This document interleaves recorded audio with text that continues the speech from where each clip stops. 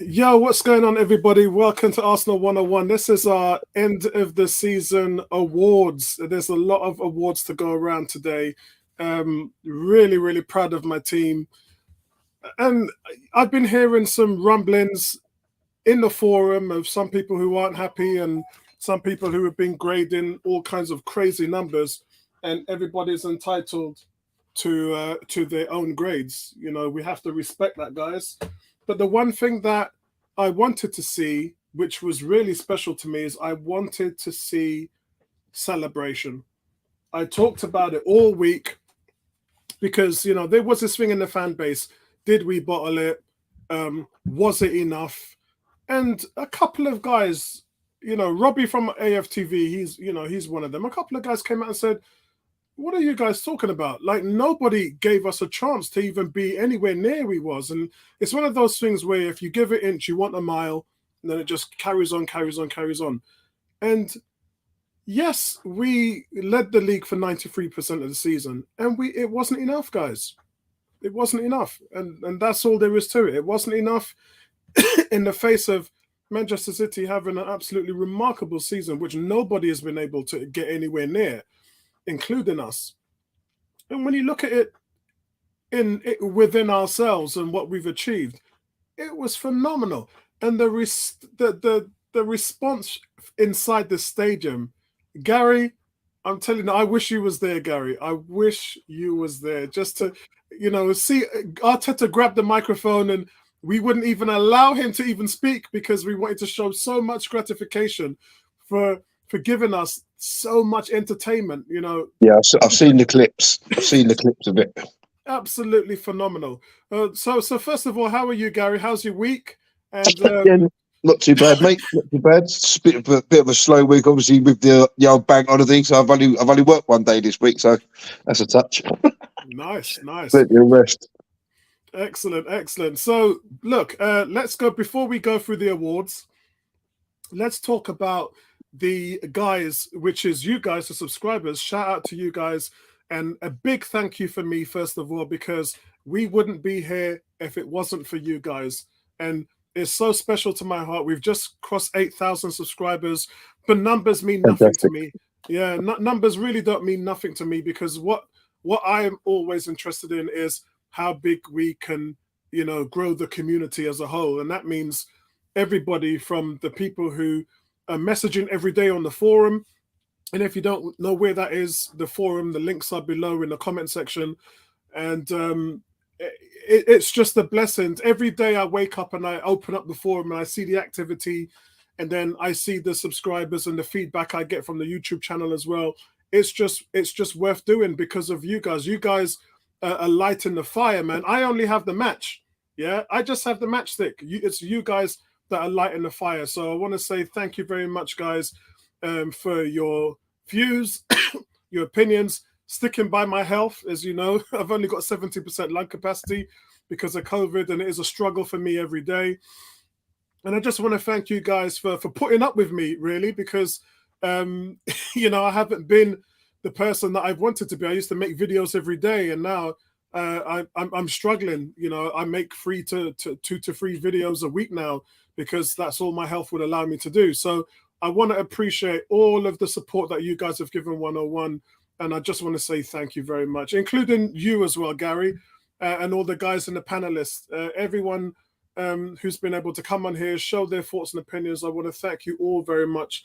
It's been such a blessing. Yeah, I'd thank you for letting me come on and be part of this. I absolutely love it. Love doing it. I think we're a great bunch of guys. We've all got our own different opinions. Some have got the same opinions, but I think we express it in the correct manner. And I think that's the all important thing, you know. Yeah, and the number one thing is, guys, unlike other Arsenal YouTube channels, we've got a lot of respect for each other. We understand that our opinions are different, and we respect that. And you know, there's no drama here, guys. You're not gonna see people. You're not gonna see people in fights. You're not gonna see people getting locked up and going into jail and all of that stuff. It's all genuine here, guys. And not just that, but you guys are a part of it. That's the key. Yeah, I was just having a discussion on the Facebook page with Tom and Philip and we were talking about this, that, and the other, and at the end it just ended up in a bit of laughter. So there's absolutely no drama. Everyone respects everyone, and that's the way it should be done. Yeah. So let's get into, speaking of you, the viewers, the listeners, let's get into your thoughts.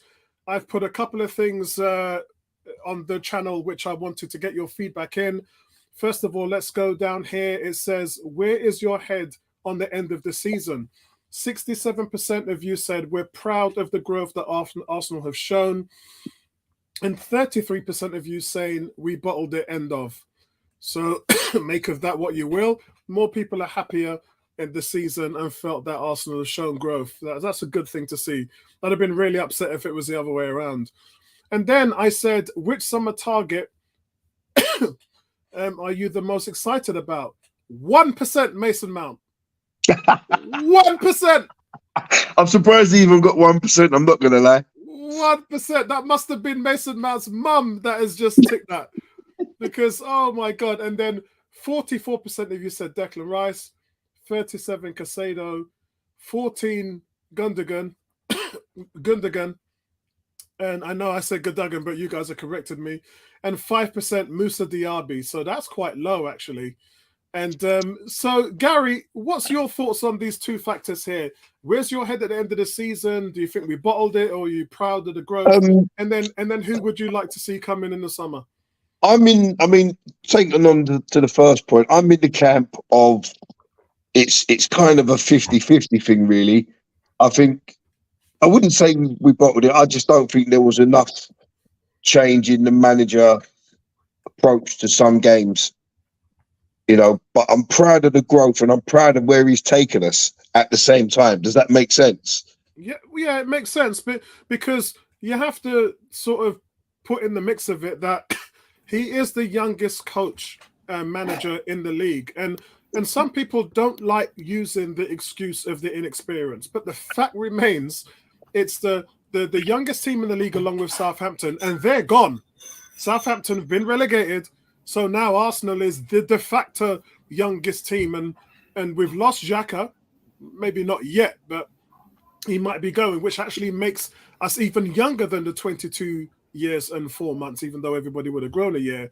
And then the manager, only 3 years experience, and he has an FA Cup to his name, he has a Charity Shield to his name, and he has now top 4 Champions League to his name. That is where the growth factor comes in. If I have to say one thing about the bottling part, Gary, I think that's just fan emotions. I don't think that's reality. I think it's just the sad part, the hurt, the pain. That's what I think that is. But when you come back to reality and you wake up in the morning and you look at where we are in the league table and you look at the Champions League schedule coming out, the 42 million that's going to be added for playing into that, players who we can now target in the summer because we're in the Champions League. I think that when fans who say we bottled it, in hindsight, come back to this, they're going to think, you know what, this is a little bit all right. I think you're right. I think you're right in what you say there. But I think the thing for most of us is the fact that we had that lead. And I think when we went to City, we didn't need to lose that game. And I think he just went into it so casual and played the same way, and we got trounced. And from that point there, it was done and dusted in my eyes. Do you know what I mean? And we had the little fall apart against West Ham's and Southampton's, which should never be happening. If you're going to win, you're going to win stuff, So I think that's what made it worse. That we had that 8-point cushion, although they had a game in hand and we still had to play them. But I still can't get rid of this niggling feeling that a little change in tactics, a change in systems, maybe we could have gone to City, do what Spurs do to them all the time, sit behind the ball, let them make all the running, hit them on the counter-attack. We could have nicked a 1-0 win. We've gone to Man United when we needed to win 1-0, Sylvain Wiltord. Anfield 2-0. We've done it before. But I'm hoping that when we say that Arteta's only been in the managerial seat for 3 years, I'm hoping that everything is a learning curve for the guy. And I'm hoping he can be the guy that takes us on to the next level. But to get to that level, you have to have so many different things in your basket. You have to have the head which says, look, we're going to play City. They got Haaland. Let's throw an extra defender in there. Let's go double pivot. Let's stick 8 men behind the ball and let 2 just roam up front. You know, let's turn them around. Sometimes football has to go out the window, you know, a certain way that you want to play. And I'm hoping that he can realise this and come out stronger in the forthcoming seasons. And what about the other? We'll come to Vincey in a minute. What about the other one? Who would you like to see come in more? I mean, I'm more in the Saicedo camp, to be honest, because I think he gives you midfield options, and he can also, we've also seen him perform at right back. So I think he just brings that little bit more to the party than Declan Rice. Yeah, but I don't see why we don't go for both of them. Which is strange because I watched them towards the end of the season and I didn't think he was that great. But I thought Declan Rice was a stud. And I wasn't really a Rice fan before that. I wasn't really. I thought, you know, I know everyone's making up noise about him. He's led the league in duels and passes intercepted, not just for this season, but last season too.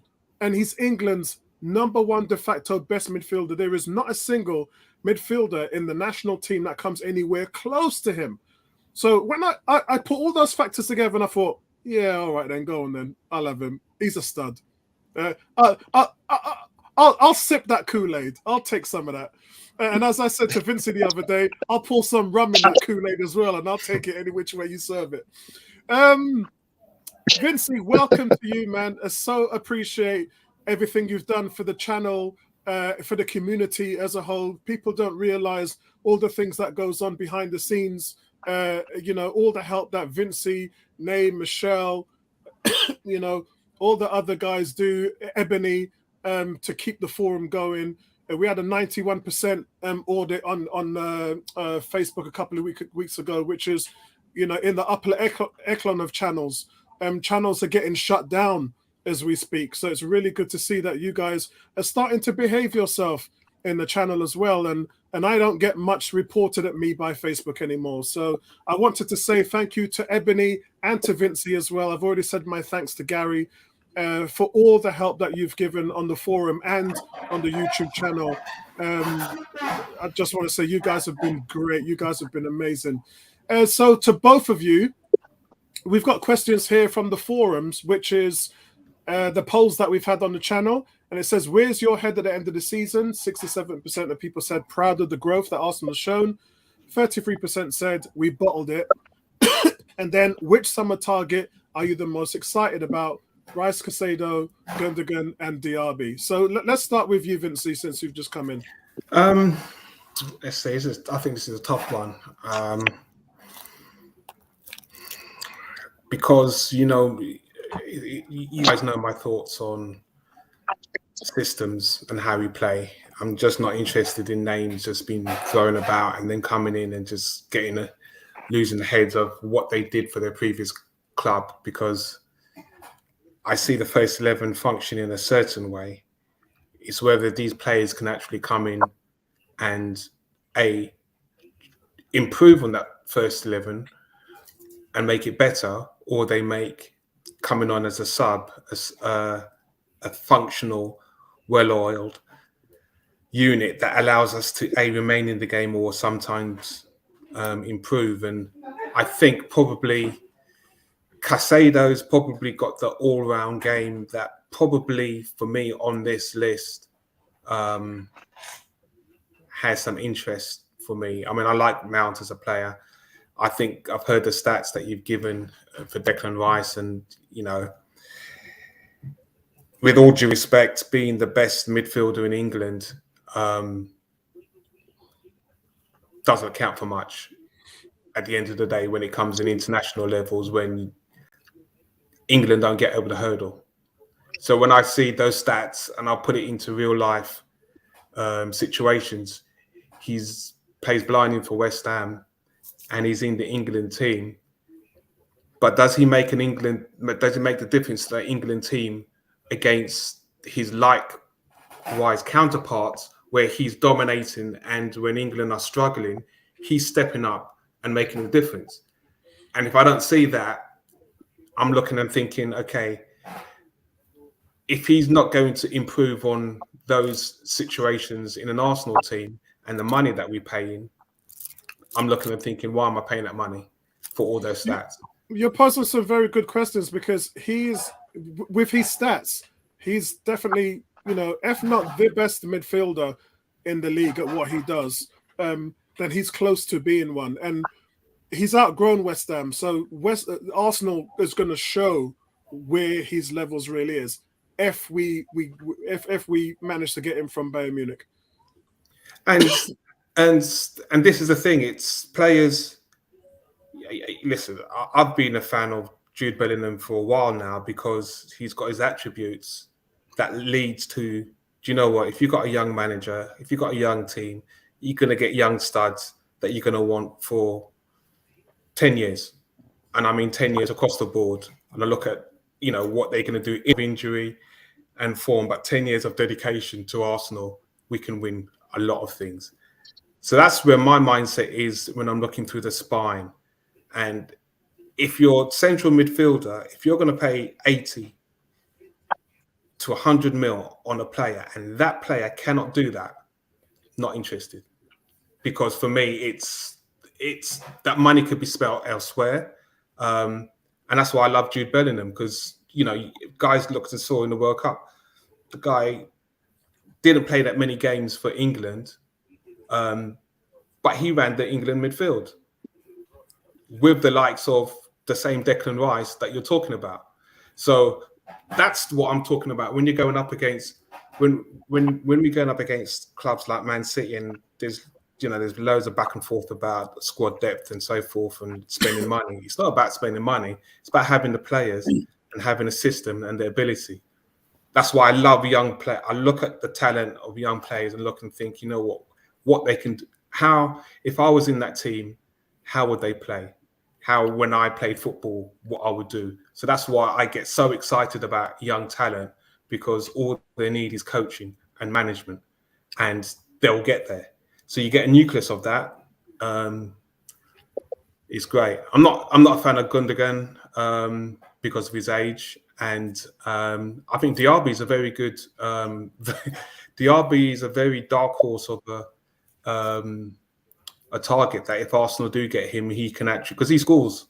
Yeah, he does everything, and that's what I want. If you're playing for me, even as a goalkeeper, you must know where the goal is. Because in a situation, if the other team locks you down, you need somebody who's going to be able to pull out a magic and knows where the goal is. So every man must be able to score in any position of the pitch that I'm playing with. So for me, I'd go probably with Caicedo there. Caicedo. What about you, Ebony? Okay. Out of all the players that are targeted, so to speak, I mean, Rice has proven himself. He's been West Ham's linchpin for me personally. I think something, now and again, he's been their best player. And, for me, is Declan, are any of them, and that includes Gundogan, are any of them right for the system that Arteta is implementing? I mean, it's always... Well, Gundogan is the captain of Man City. Yeah, I know. But I mean, but will he be able to actually do what he's done for Man City in a system that is at a different team? The answer to that is look at Jesus and Zinchenko this season. Yeah, I think both have been effective to a point. But then again, you've got to think about his age as well. Okay, yeah. How old is he? What, 31? 32. Yeah, a good point. Good point. So, and Declan Rice is what, 24, 25? Declan Rice would be an improvement on Xhaka, let's be honest. I mean, Xhaka, he had to be changed into another position where he was effective from the one that he was before. And nobody knew whether he was defensive or attacking. And, Xhaka was the type of player that would actually cost us goals and cost us games. With regards to, the second question, where's your head on the end of the season? For me personally, I know it's going to be a little bit controversial, but I think we bottled it. You know, taking into consideration that we spent over nearly 250 days at the top of the league, 246 days at the top of the league. You know, I don't care if you know, Man City have got 3 teams that they can rotate, and that we had 10 players injured for an average of 2 months. exactly, you know, and maybe it's the lack of depth that we have as to why, you know, some of our players looked burnt out. But these players have played in the Premiership long enough, so they know what the pressure is like. They should be used to it by now, you know. And I think, you know, where we fell off was a Liverpool game where we were 2-0 up, where we could have actually lost that game because of Xhaka. So, and then, you know, it got a little bit better after that, and then it got worse, especially at the one that we went to, Southampton.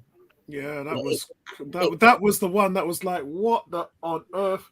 That was shocking. Yeah, And because you you had know, Saka missing the penalty at West Ham, and then you just like was like, yeah, exactly. And it's like I wanted to walk out. That's how bad the performance was. I Yes, we remember. did 3-3, but you know, I'm I never felt the same against Brighton, Ebony, don't worry. yeah. But yeah, I mean, you know, yes, you know, it's an improvement on where we were before. I think it was 5th place or 8th place before. But you know, I think that, you know, we lacked not belief, because you know, I think the belief is there, but we just lacked that impetus that Man City have. And I know people are going to say, oh, Man City, they've got 3 teams and they're the best team in the world.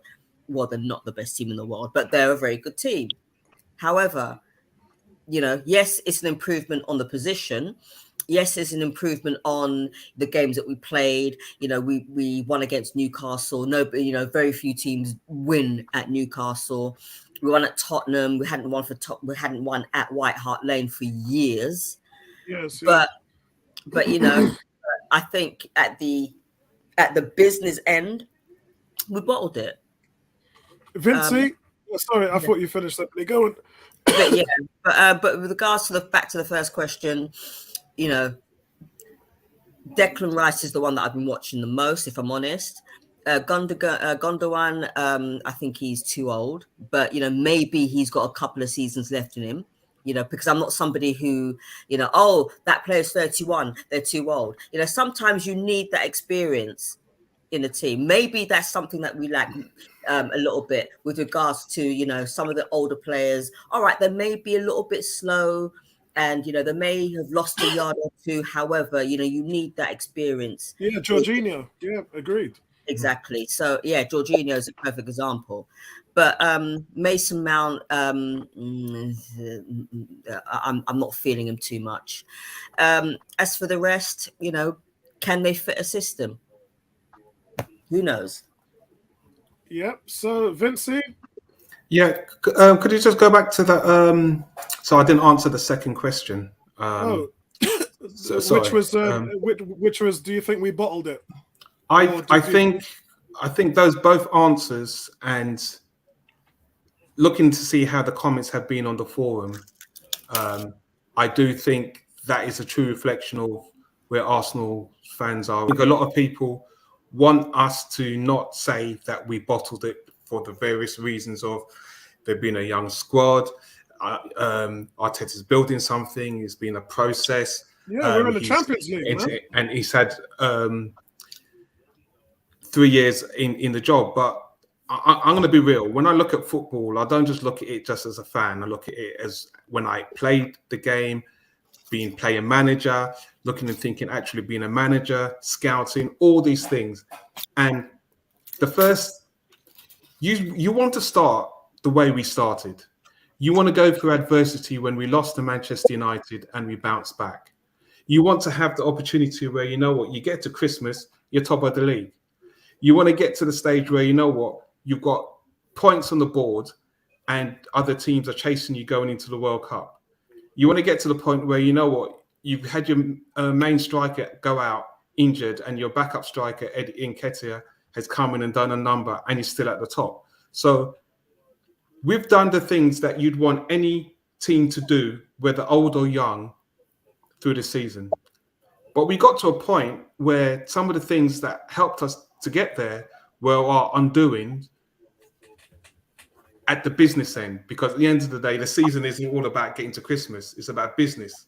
So even if we were ahead of the curve, we were there on merit, but it's how we crossed the finishing line.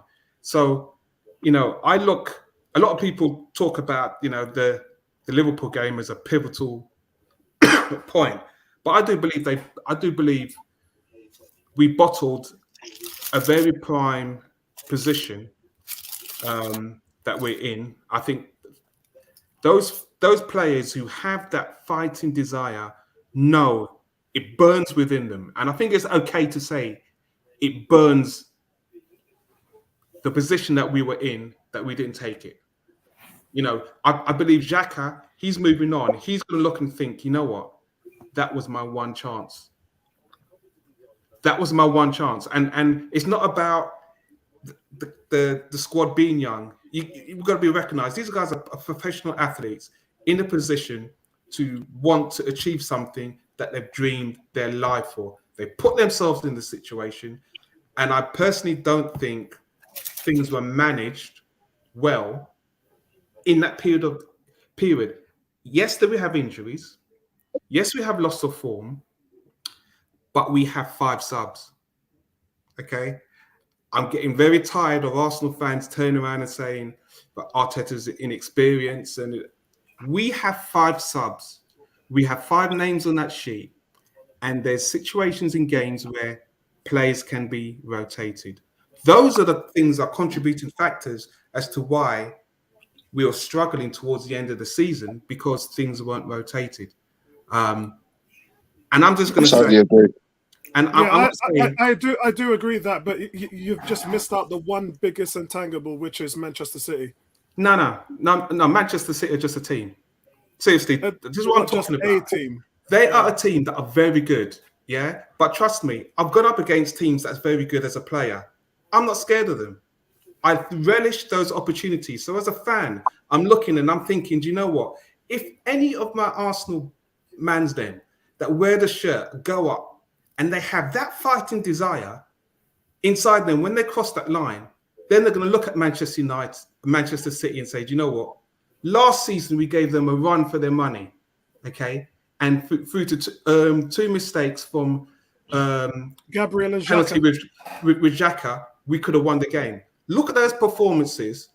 Yeah, Because of Man City, we can go out there and play our game. That's why those 2 games are the 2 games every season that I look forward to. I don't look forward to playing Spurs. I look forward to playing Manchester City and then Liverpool. Do you know why? Because those 2 games will show how far we've come in this so-called process. Yeah? So the result of that is that we are so far behind them because they absolutely rinsed us. We weren't even close. Nah. And the second game was worse because we didn't even show any fight. It was like, the champions. It was like the apprentice and the master. It wasn't even close in the second game. Apollo, for me, the reason it's not just the fact of what happened in the game. I think things happened before that game that led up to it, and it's not the Liverpool game. It's not the Southampton game. It's not the West Ham game. Look back to that first game that we played, Everton. Yeah, be real. We were rolling. Yeah, we went up against Everton. Okay, and away, and they battered us mentally, physically, and tactically. And we had no answer to them. And at that point, for me, that gave teams the blueprint of how to play Arsenal. Exactly. Because before then, we were rolling. What happened afterwards? In certain situations in games, when teams started to switch it on, we crumbled. Regardless of Saliba being injured, regardless of Jesus being injured, regardless of Partey being on the pitch or not, teams started to look and say, do you know what? How do we stop Arsenal? And they did the same blueprint as what happened. We had no answer to Everton. Do you know where they were at that stage? They were bottom of the league. Yeah, well, So we this is didn't do well. I mean, look at Southampton and then look at Leeds, all the teams at the bottom of the exactly. league. So this is what I'm trying to say. Is it's not the point of Man City's this glamorous. No, that's just 2 games. Arsenal know that they've got to, whenever they've got to play Man City, they've got to raise their games. That performance and the ability not to change our tactics and rotate players show teams, you know what? This is how you can break down an Arsenal team, a young Arsenal team, and we struggled even through the stretch, even through when Arteta was saying, you know what, we're going to go out for the last few games and put in a performance. Look at that performance against Forest. Exactly the same thing. And this is the point I'm trying to say. It's not just about the name of the team. It's about what performance are you going to put in for that 90 minutes. So in answer to that question, I think 2 things can be true. And I know the players are hurting. Yeah, Any because player would be hurting to be in that situation. And it's I said to Ebony about the emotion and the letdown and all those feelings, but I take the emotion out of it. I've taken emotion out of it, and I think the opposite of what you. Even though I've agreed with you, but it's situational. So for every game like that you mentioned, there's another game where we've just absolutely excelled and blown the sky out, and so. It's the balance, and everybody has to understand you judge a team over 38 games, not 93% of the season or not on your worst days or anything like that. And that's why, while I agree with you on your points, there are other deciding factors. And overall, having witnessed and been there and had the atmosphere and everything else, it's just been so beautiful to be a part of it. I'm so proud of the guys, and they fell short for many different reasons. And while some people say I don't want to hear the experience or anything like that, it's probably because of those reasons, because as well as many others, he didn't rotate in experience. The injuries, we can't do nothing about that. Man United, Man City didn't have one single injury that I can remember. So it just didn't happen for us. And right now, after seeing what City done to Madrid, I said I'm done. But you know what? I turned to Gary and I said, I'm done. There's nothing more to say. You know what? Next season, you can't use the young, you can't use the inexperienced if you keep doing the same things. Well, and what I'm trying to say is, it doesn't take any away of anything of what you just said about how revolutionary and galvanized Arteta got the squad to play, that changed the passion and desire within so many fans at the start of the season. Those things, it doesn't take away any of those things. But if you do the same things again next season, you cannot turn around and say, oh, it's because we're young. Oh, it's because Arteta's in his 4th year of management. Oh, because we haven't got squad depth. Oh, because Manchester. I'm not sure. You can't keep saying those things, because at some point you've got to start saying to yourself, why we keep doing the same things?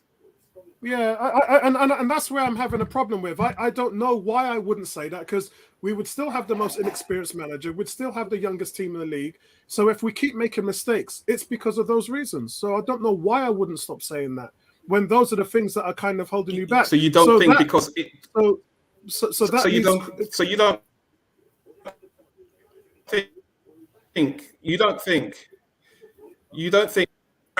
rotate the team, and you've got inexperience, but you look and you analyze what's gone on, and you go and do exactly the same thing next season. You're going to turn around and say it's because we're young and inexperienced.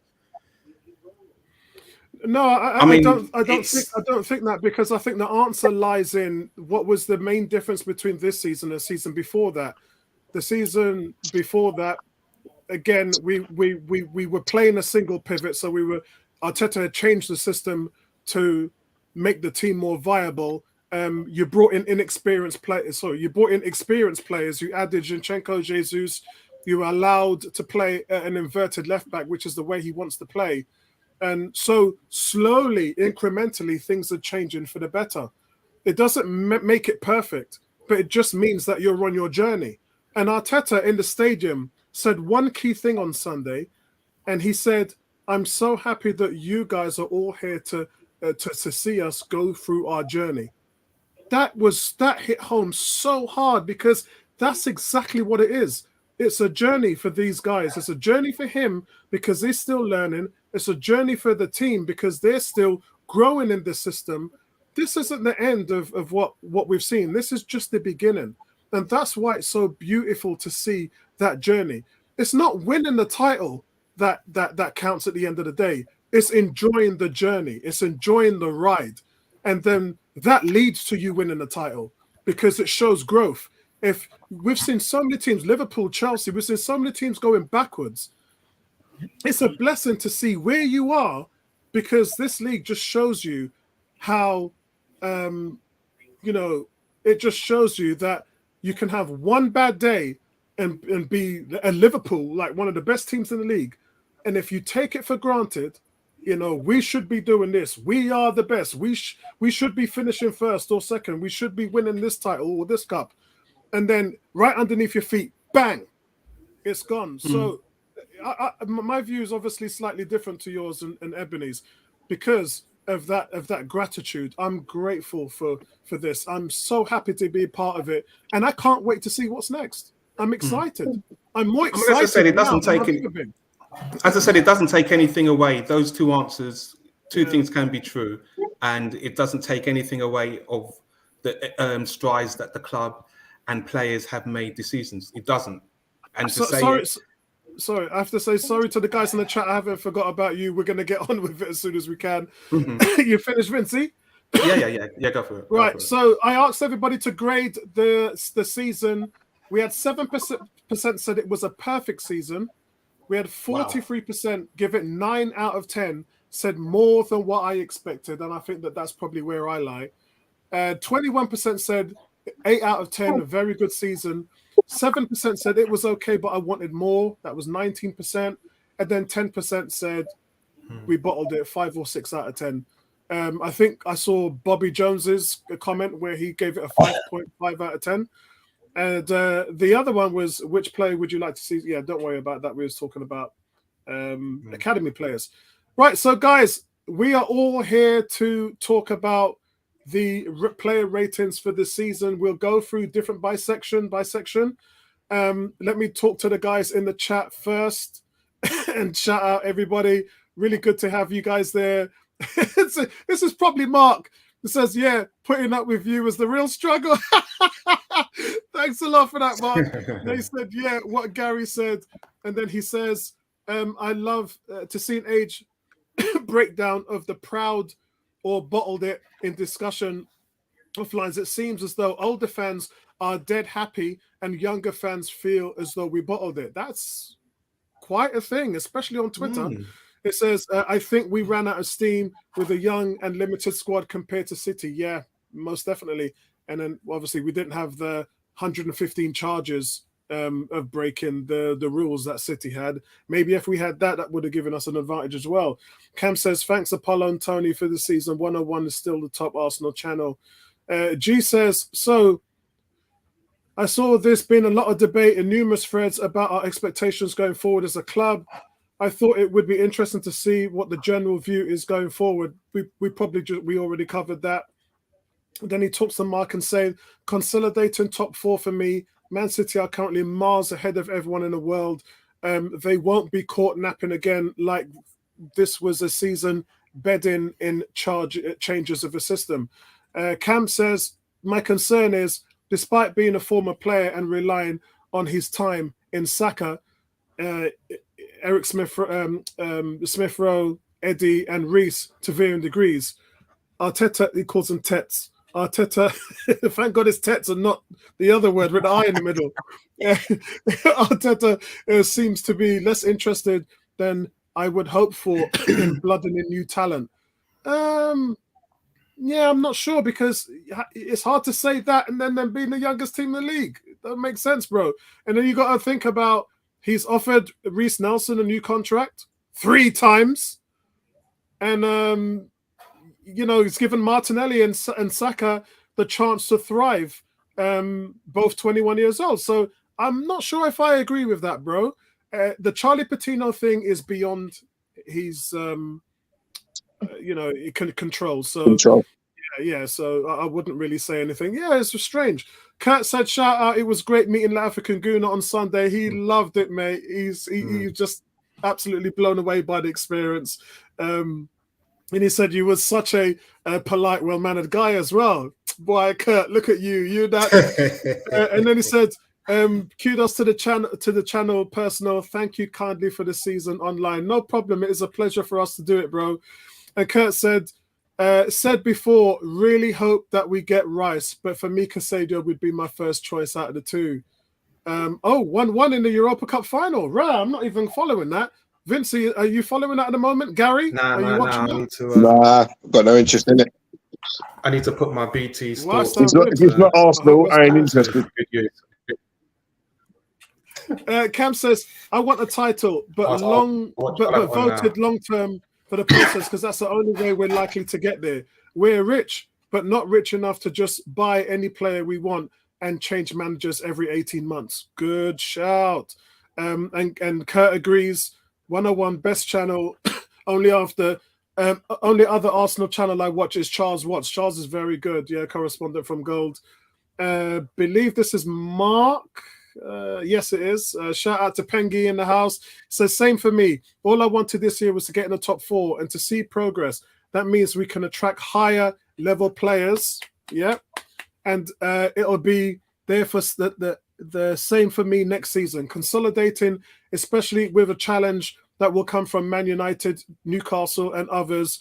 And if we can continue to build, that's great for me. And remember, guys, the reason Newcastle's owners, the richest in the world, were allowed to buy Newcastle, because they would have a 3-year levy that they would only be allowed to spend 350 million in the first 3 years. Next season, not the season coming up, but the season after that, that 3 years is over and they'll be allowed to spend within their means, which could be crazy considering they are 10 times the size of Manchester City in wealth. What's going on, Alex? Shout out to you guys. I hope you guys are already subscribed to Cannon Fodder. You should be. Naughty, naughty. And it says, Vincey, spitting facts. Yeah, he had a microphone there and everything, man. Doing his Jay-Z. Martinelli's my chosen player of the season. Yeah, we had a few of that the other day, which is up on the channel, guys. It says, congratulations to the 101 crew and the platform reaching. Yeah, thanks a lot, man. I tell you, it's been tough. It's been really tough. Dan says, it is not possible to feel like we've bottled it, but be happy that we've done better than expected. Yes, it is, because nobody expected it. You know, you didn't expect it. And we didn't get there because we're playing against one of the best teams in the world. How's that? Yeah, I'm not going to lose sleep over that. But I'm also not going to give Manchester City their dues until they answer for those 115 crimes brought against them. And if they're innocent, they're innocent. Not paid off innocent, but judged to be innocent. If they're guilty, then I'm going to keep my stance. Right, guys, let's get the ball rolling then, shall we? Let's talk about Aaron Ramsdale and the defense. As normal, as always, I'm going to go through the breakdown, and then I'm going to lead on with the rest of the panel to let everybody know what their thoughts for players of the season. So, Aaron Ramsdale, guys, really stepped up to the plate, and for me, he's earned his contract extension. He'll probably be England's number 1. I'm going to give him an 8.5 out of 10. Matt Turner, some flappy Hansky moments, but then what really blew me away, and Gary smiling because he knows exactly why, was the World Cup.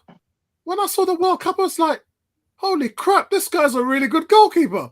And that's when I said, yeah, okay, look, I'm still going to give him a 7. I think that a 7 is fair, because after the World Cup, you know, we saw some improvement in his play. Still struggles a bit playing the ball out in distribution, but he's a decent goalie. I'm going to give him his dues.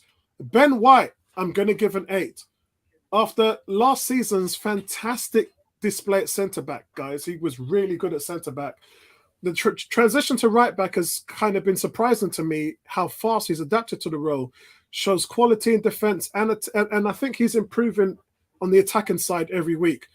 Tomiyasu, I'm going to give a 7. So frustrating. Talk about a double-edged sword. We see him give that goal away to Kevin De Bruyne when we played Man City, which is like, you go play Man City, you don't want to make a mistake. And what does he do? He makes a mistake. And then he plays Mo Salah off the park and gets a man of the match performance against Liverpool.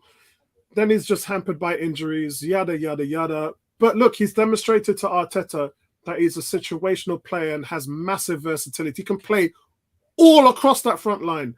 And but at the moment, the bench is probably the best thing for him because of how many games that we're going to come up against. So look, some people might give him less than a 7. I think a 7 is right where he should be. William Saliba, Lord. William Saliba, man. I'm going to give him a 9. Wow, outstanding season, following up his Young Player of the Year in France.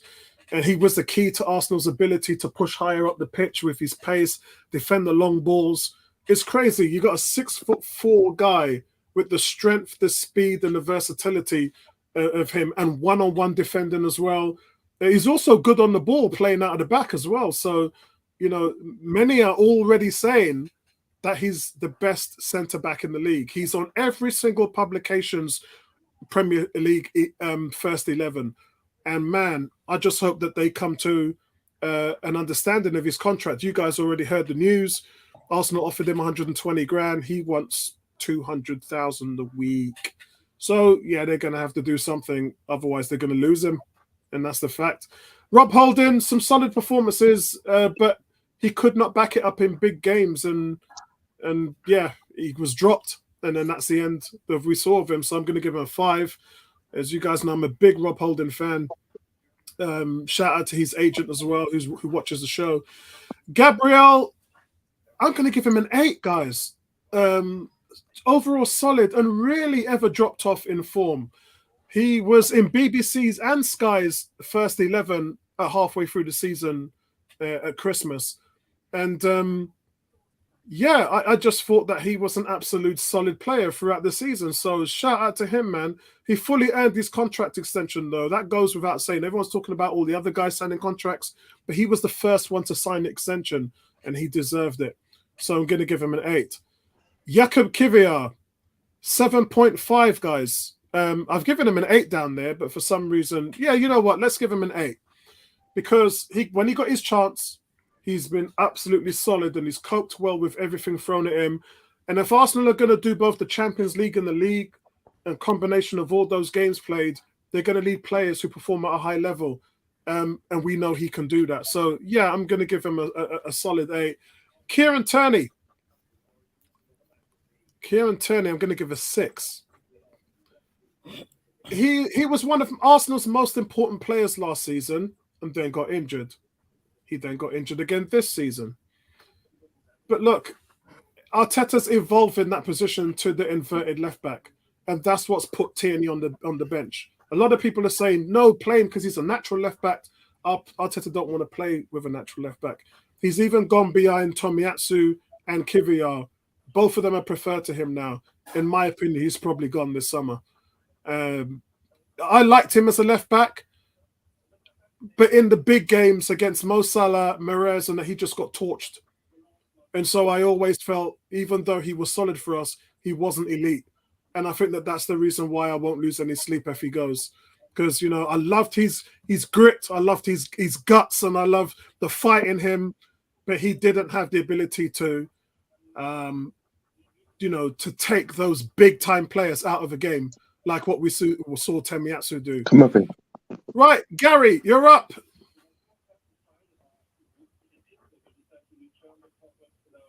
Oh, Gary? Yeah, so Aaron Ramsdale. I'm going to give Aaron Ramsdale. What? Can you hear me? No, well, it cut it out for a bit, but yeah, I can hear you now. Yeah, I'm going to give Aaron Ramsdale an 8.7.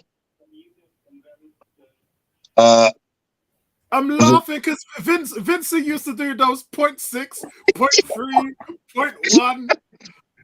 Yeah, I'm going to give him an 8.7. I think it would have been a strong 9, but there was a couple of mistakes that led to, especially towards the back end of the season, Southampton give a goal away. There was a couple of, and he got away with a few, but he also didn't get away with a few. I see you smart. Name me a goalkeeper who's been better than Aaron Ramsdale this season. Well, there probably ain't one. There probably ain't one. But some of the saves, and listen, let's not forget that he was making saves when we was on a winning run to keep us on the winning run. Very strong with the ball at his feet. Hits these long ass passes normally to Martinelli. 60, 70 yards, pinpoint. Love the guy. But 8.7. Go, Vincey. What you got to say? Can I just say that, Apollo, you just wanted to know a better goalkeeper. Well, the Brentford goalkeeper has higher stats in fantasy. I'm just letting you know. I'm not being a hater, but fantasy rules when it comes to fans and football and so forth. So, Reyes may be a better goalkeeper stats-wise. Well, I think that's easy considering Arsenal had 2 clean sheets in the last 15 games. Yeah, so that's not all on Aaron Ramsdale, but yeah. Go on, Gary. Okay, so Matt Turner. Yes, he had a good World Cup, but I was never convinced about this guy when I saw him in pre-season. And what was the game that he played? Was it in the Europa League, weren't it? Where he was just shocking. Yeah. Every time the ball come to him, he looked like it was a disaster waiting to happen. So I'm not convinced by Matt Turner. So I'm going to give him a 5. Ben White, I think he's had some solid games. I think he's had some bad games. And I think he's had some really, really good games. But I'm still not overall convinced by his defending. And at right back, I think sometimes he gets caught out too easily. We haven't really seen him at centre back to judge him this year, and so Ben White's going to get 7.5. Tomiyasu, love the guy. Unfortunately, he can't stay, and he is going to be best suited to be in a bit part. Disappointing that he hasn't played more this year due to his injuries, so I'm going to give him a 6. Rob Holding. Again, like yourself, Apollo, I've always been a Rob Holding fan. I've always thought he's never let us down. But I think we've evolved just a little bit further than his capabilities allow him. So Rob Holding gets a 5. Kirior, we signed him in January. We didn't see him till God knows when. And then he seemed to be thrown in at a real strange time. It kind of didn't make sense, the game that he was thrown into. And wasn't he thrown in midfield? Yeah. I seem to remember he was thrown in midfield. And it kind of didn't make sense. He was on a hide into nothing. But then when we've seen him thrown in the last few games, left back, centre back, he seems to have done all right. He seems to have done very well. So I'm quite pleased with this guy. Happy that he got a little goal the other day as well. So I'm going to give him a solid 7. Mr. Saliba. To be honest, what can I say that you ain't already even really said, to be honest? The guy, pay him his 200 grand a week. Pay him whatever he wants, because to replace him, it's going to cost you a hell of a lot more money in transfer fee and wages. He's 21 years old. He's solid on the ball. He commands all those around him, his pace, his ball play. The guy's got everything. So I'm going to give him a 9. I think we must sign him at all costs. Gabriel. I think Gabriel has been an absolute colossus this season. With Holding next to him, with Saliba next to him, with Tomiyasu, with Kirior. It hasn't mattered to this guy. He's just gone out and done his thing. And I think he has been Arsenal's best defender this season. So he's going to get a 9.5. Zinchenko. I'm kind of half in, half out in the Zinchenko camp. Yes, I can see what he brings to the team offensively. But defensively, I just don't like it. He's not I a feel defender, like he's that's why. always Yeah. never in the correct position. Yeah. Well, but if you're not a defender, but if you're playing him as a left back, he's got to improve on his defensive capabilities. No, does that not make sense? Because if you're going to keep getting caught out and out of No. position because you want to play this inverted midfield, it doesn't make sense to me. Yeah. So, but I see what he brings.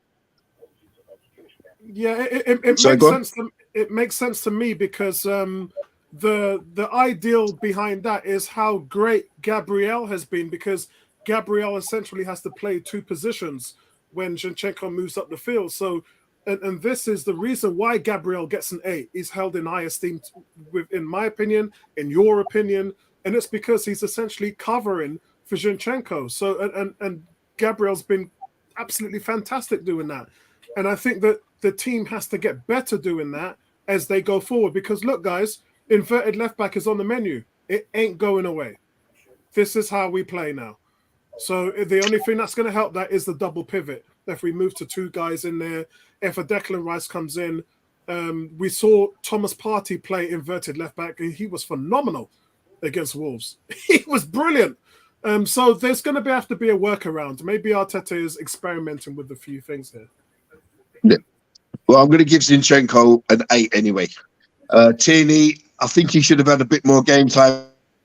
But I think due to obviously the manager not really changing like the system and the team that much, he's kind of been left out in the cold. And I think he will go and move on this year. And good luck to the guy. I love what he brought to the club when he first came, and every time he gets on the pitch. So I'm going to give Tierney a 6.5. Excellent. There we go. Excellent.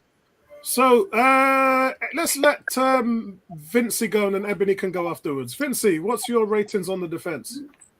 Well, first of all, I want to say big up to Arteta for the way how he got the defense starting off our season, because for a young squad, they played well above their years. Ramsdale, some of his distributions out from in goal in the 18-yard box, he could almost play in midfield with some of that passing. So, I'm going to give him, I'll give it Ramsdale 8.5.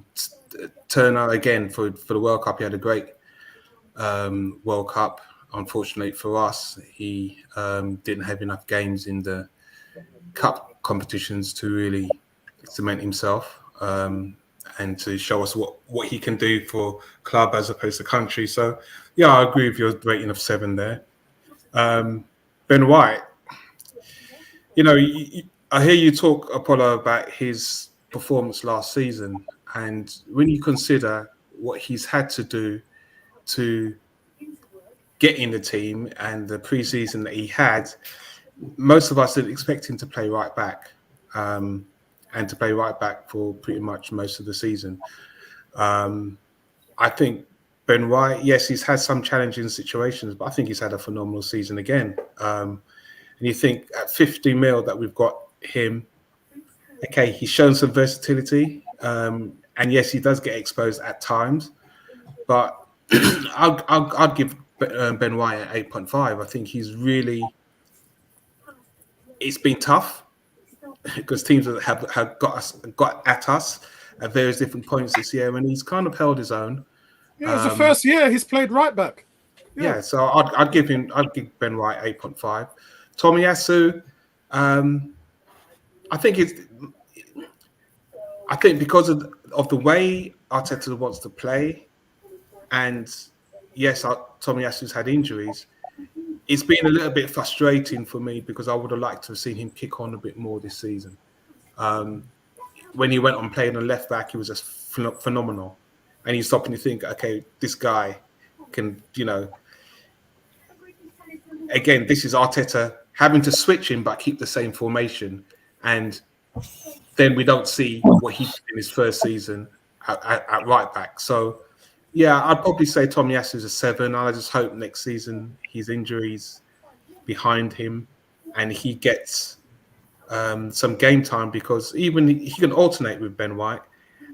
He gives us a lot of dimensions at both ends of the field, and he can shut down players. So that's where I'm saying in a situation where Arteta can manage the situation, manage the opponent. You've got two healthy players there. Tomiyasu's he's a huge upgrade to Ainsley Maitland-Niles. You talk about Albert down at is it Real Madrid now? David Alaba. These players that they can play anywhere in the back line. So he's got those qualities. Holding, I think we've got to be real. We all know Holding was going to be a squad player this season, and even at I think the early part of the season, he came in and one of the games he was man of the match. So, he's not a player who's going to be able to play 10, 15 games solid, even at the business end, even at this stage of his career.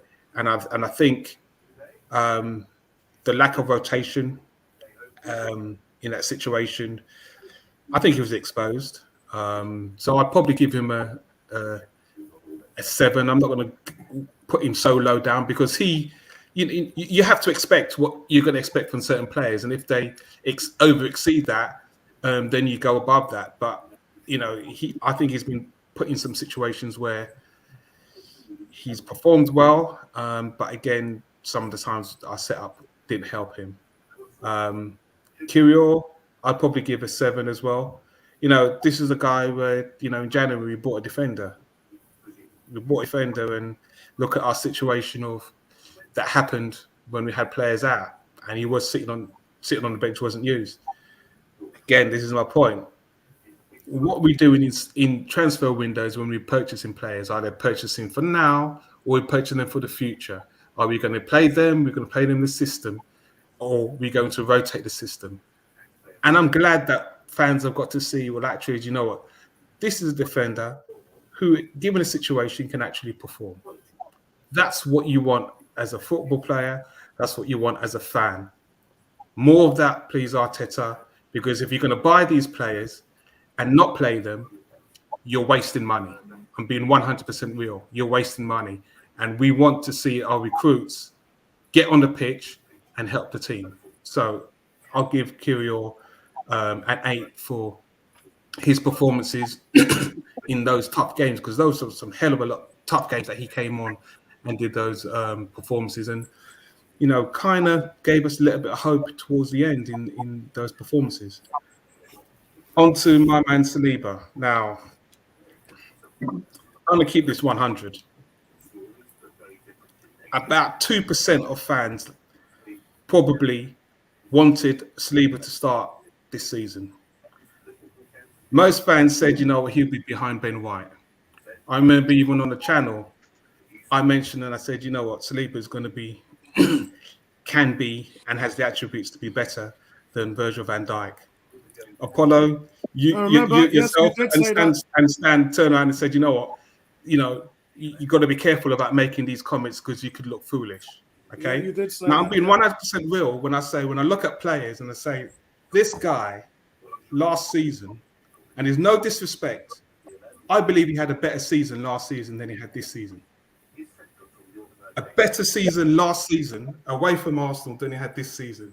But my rating for him is a 10. And the reason why I want to say it's a 10, okay, is because you've got to understand, most fans did not want this guy to start. This guy rolled into the team pre-season and showed you, you know what, I'm banking on me. I'm going to show you what I can do.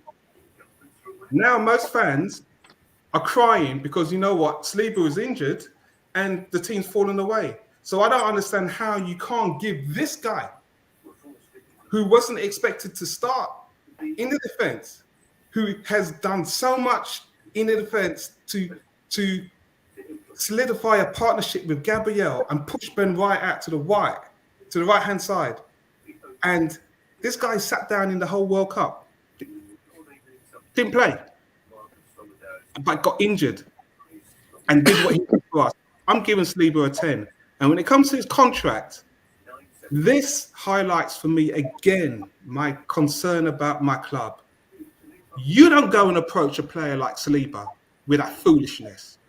I'm being 100% real. You don't do that. Do you know why? Because this guy's come towards the end of his contract, and what have you done whilst you've had him under contract? You farmed him out. So he's put a performance that he's put in this season, and he's had to sit on the bench and watch where he was in the team at the start, where he left the team injured, to where he is now, and you're going to roll up with that weekly contract.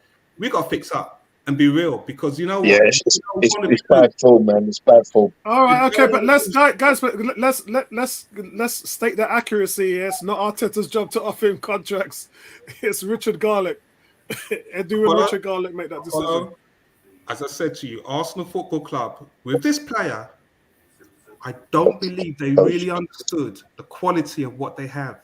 And you don't roll up. And you don't roll up to a player like that after you've dominated world-class man in France, and you've come into the Premiership and you dominated. You don't roll up to players like that and give him that foolishness. You just don't do it. At his age, this guy can walk away. So he's getting that's me. He's getting a 10 from me. Gabriel, I want to give him a 9.5. And the reason why I want to give him a 9.5 is because of that partnership with Saliba. Yeah. Gabriel's played the whole season. Yeah. He's had to be a rock through the highs and the low. Yes, he's got his tendencies that frustrate me, because I scouted him and I looked and thought, you know what, this guy's had this niggling, frustrated part of him. But you know what? If you can harness that, the rest of his game, stalwart. And he's shown this season, in key games where, you know what, he's got that fight, he's got that dog in him. So I'm going to give him a 9.5 to play the season. Huge season for him. Zinchenko. Gary, I'm right there with you, man. Listen, if you're going to get those initials, LB, LB next to your name, left back for a reason. Okay, stop the foolishness. Left back for a reason. If you want to go out and buy a midfielder, go out and buy a left-footed midfielder who's going to track back, but attacking-wise, he's going to give you more. I understand what he's doing, but we started last season saying, you know what, we need the left back defensively to address our issues. We spent money on Zinchenko, and we're still saying the same thing. We spent money on Tavares before that. Even worse. Yeah. It's even worse. The point I'm trying to say is we're still saying we need a left back based on the same manager's system that he wants to play. Still. So, attacking-wise, he's been huge. Left back, as I've always talked about this system, they're going to have to sort something out. They're going to have to do tweaks, because we can't afford that in that left back position. We're looking at Gabriel, we're looking at Saliba, those guys can only do so much. And when you turn around and you said that Gabriel's covering for Zinchenko, when I saw that Man City game, and I saw the way how all it took was for Haaland to sit and the ball to go long. Man City went long against us. And De Bruyne ran rings. Yes, Saliba was not there. It's not about Gabriel sitting back for your left back. It's about having a left back who's going to be able to be there so Gabriel is free if there's another striker that he needs to do his job. So they're going to have to sort that out. I'll give Zinchenko an 8 for me. First half of the season, he helped out the midfield. Tierney, what can I say? He's a defender. He's injury prone. And he'll die for the club. Where do we go from here? I mean, the club's going to have to make a huge decision because, as I said, he's going to end up leaving because his body can't maintain the workload that Arteta wants. And this is the system we're talking about. I probably think I'll give him a 6.5. I'm not going to be too harsh on him. I'll give him a 6.5. Would you take 35, 40 million for him? I think if you get 40 million for him, you're lucky. Again, if we don't use players, we can't ask top dollar for them. And when we run their contracts down, other clubs do though, Vinci. Other clubs do. Yeah, other clubs do. But when you show your worth to what we've done this season, okay, you're not going to get top dollar for people because people are going to sit down and think, you know what, I'm going to get I'm going to pay as little as I can for your players because you didn't use them. Yeah. So yes, other clubs can do, but we got to be in a situation if we play players and then say, you know what, you have him, you can rinse them. Look at what we did with Iwobi. People are sitting there and thinking 40 million, but we're playing the guy. So Everton knew that they needed to go and pay that money for him. We're sitting there and they're laughing because we got money. Yeah, but the transfer. So, guys. Yeah, but the transfer market's moved on since then, hasn't it? Since Iwobi, the transfer market skipped on the page. No, but it's always the transfer market. It's always a situation where you've got to get the maximum value for your player. You've got to. It's more like a jumble sale when Arsenal sell players than a market. Well, I don't know what we do sometimes because we have players and we don't make good use of our players. That's what I'm saying. So the transfer market is always the same. The way I look at it, if you can get 40 million for Tierney, it's good business. I don't think we will, but this is a guy a season and a half, shoe-in captain for Arsenal. You couldn't imagine, if people were lamenting Xhaka as captain, and Tierney was the first person they were going to.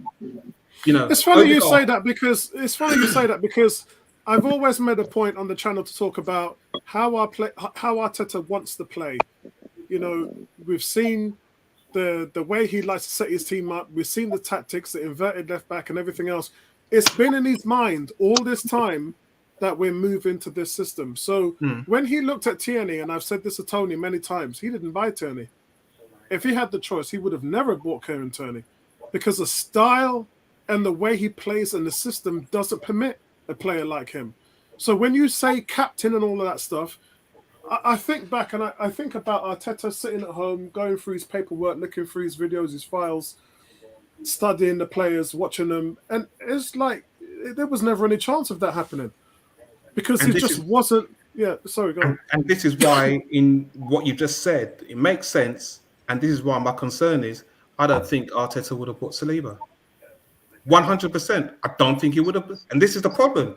You have a player, what I don't want to, I said it last season, you don't want to envisage where your manager's wasting resources by doing his own thing. But he's doing his own thing because he's setting up his system and he wants the team to play. But,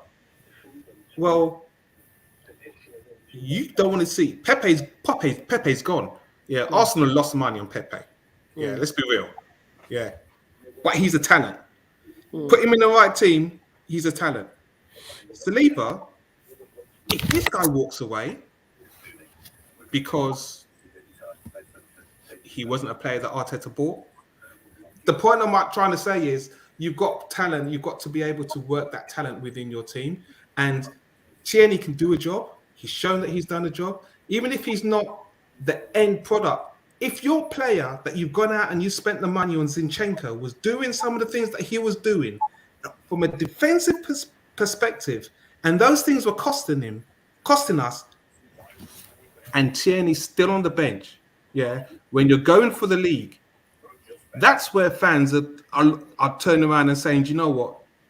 They're questioning Arteta, and they're using the situation where, you know what, you're not maximizing your squad because you're playing favourites.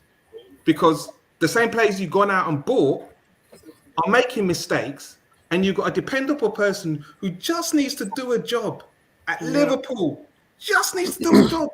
Walk away with a point. Walk away with 3 points. We got a point, but I think we were lucky to get a point against Liverpool. Even of course we was. Yeah, towards of the course end. it was. We, All right, Vincey, we've got to get Ebony on. She's been patiently waiting for you to finish. Ebony, what's your marks? All right, I've got to go at 11, so I'm going to be fairly quick. Right. So my fiance, the saves that he's made, the fact that he can command the box, the fact that he can marshal players around where he wants them, where, you know, and that's the kind of goalkeeper that we need. Ramsdale has been our best goalkeeper since Lehmann. Okay. As far Good as I'm shout. concerned. Yeah, You know, agreed. so and any goalkeeper that can marshal their defense can save saves that nobody sees. You know, there was one game where one of the saves that he made was akin to the save that David Seaman made against Southampton in their FA Cup. Let's be fair. We can make a whole YouTube reel if he saves just for this season alone. Exactly. The man is a walking poster of saves, man. And he's a highlight reel. And I'll be honest, you know, it's like I'll put my hand up and say that, you know, I didn't want him. And I wanted to keep my former fiance Martinez. But this guy has come in and he has proved everybody, including myself, wrong. He has been a diamond in goal. So I'm going to give him a 10. Turner, we saw flashes of what he could do in the World Cup. For me, you know, in that European game, he reminded me of Fabianski or Flapianski. You know, didn't know what to do. You know, distribution was off key. Didn't know whether to kick, or, you know, spent too much time dawdling on the ball. I'm gonna give him a 6.5. White, I'm gonna give him a 7. The only reason I'm giving him a 7 is, yes, he's had some great games. Yes, he's made some great blockages, but at the same time, you know, he has been rinsed in some games. And I would include the Southampton game where he just didn't make an impact at all. So he gets 6.5. Tomiyasu, when he has played, that left side has been his. He's had players in his pocket. Unfortunately, he has been injured. You know, sometimes there's not a lot you can do about injuries. I don't know what it is about, you know, when we get injuries, our players take forever and a day to, you know, get back up and running. And then when they go to another team, they get injured, they're back up in 2 weeks. I don't understand that. So questions need to be raised with the physio team. Holding, I think in some of the games that he's played, I can understand why people want him to go. I think he's been absolute DS this season for me.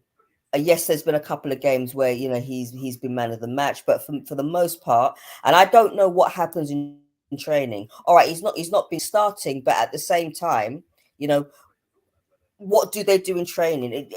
There has to be some part of training that he has to take onto the pitch to say, all right, yes, I've been training, and therefore this is what I need to do. But he's been I think I covered that, and I've said, you know, last season, you know, he started 8 games, and he had that one game he struggled against Song against Spurs, and everybody just trashed him for it. But actually, before that, he was pretty solid. He even got man of the match away to Liverpool in the League Cup in a 0-0 draw. And then this season as well, you know, played 6 games, solid. And then he just had an absolute stinker at Man City. He just got ripped to pieces. He got ripped apart by Haaland, you know. Yeah, he did. And they abused him. So he's just, I think it was Gary that said it well. He's a good defender. He's just not at the level that Arsenal need to go forward. He's not at Saliba's level. Easily. You know, so I'll give him 5. Kivior, for somebody that's just come in 5 minutes ago, and to play the way he played, he was great against Newcastle. He was unfortunate against, you know, the teams that we lost against, but you know that's how it goes. But for somebody to come in and defend the way that he's done. I give him a 7. Saliba, I give him a 10. He is the best defender that we have. If he wants £200,000 a week, give him the bloody money. This guy has players in his pocket. This is like one of the few defenders that will have Haaland in his pocket, in his back pocket. Never mind his back pocket, in his underwear. And I mean the back of his underwear. Yeah, there's only one guy that bullied him this season, and that was Ivan Toney. Yeah. Only one out of 19 teams. To think that, and I was one of the players, if we go back to some of the chats that we had in the messenger group, I was one of the people that said we need to start this guy. We need to start him. Why are we not starting him? Why have we signed him and he's gone to France? Yeah, I know. I remember you saying that. He should be here. And everyone's like, oh, but he's not ready. Yeah. And look, he's come in and he has frightened strikers because he has the capability. He's good in the air. He's good on his feet. He can sniff out a blockage when nobody else can. This is the type of player that we need. And I don't care if Arteta didn't sign him. At the end of the day, we've seen what he can do. Give him the bloody money. He has been our best defender. Yep. So I give him a 10. Gabriel, I'm going to give him a 7. There's been games where he's gone missing. Don't get me wrong, he's a good defender, but I don't think he's at the same level as Saliba. Maybe if he plays alongside Saliba, then maybe more of a better. He's calmed him down. Yeah, Saliba has calmed him down. Yeah, he has calmed him down. So maybe if he plays more, if he partners Saliba more, then maybe we can get a better defender out of him. Zinchenko, he's better going forward than defending. For me, he's not a defender. He's more of an attacker. When he has gone forward, he's been great. So therefore, I'll give him a 7.5. Kieran Tierney, my side piece. He has been in. Yes, he's injury prone. When he has played, that left side has been his. But and again, we're going back to Arteta didn't sign him, and so what? If we sell Tierney, I'll be very disappointed because we talk about depth in squad, and sometimes you have to give these players more of a chance. Let them show you what they can do, whether you sign them or not. Give these players a chance because we need that. It's not about being sentimental. It's about keeping players that can do a job, and we need that depth, and we don't have that depth. So therefore, I'm going to give him a 7 because we know what he can do. We know that he can cross. He's a great crosser. So why sell him? We need to keep him. I'm going to give him a 7. Right, guys, we need to zip through this because Ebony is on the clock. So let me go through the midfield. I'm going to start my ratings off by Jorginho. Arteta's been after this guy for years and he's quickly established himself as an important part of the midfield. Obviously, Partey towards the end of the season fell off, and he kind of really stabilized the ship. And all credit to him. He's 31 years old, though, but I'm going to still give him a 7.5. Also, Xhaka gets a 7.5. After 5 poor seasons, he's saved his best until last. Previously, having only 1 or 2 assists, goals and assists per season.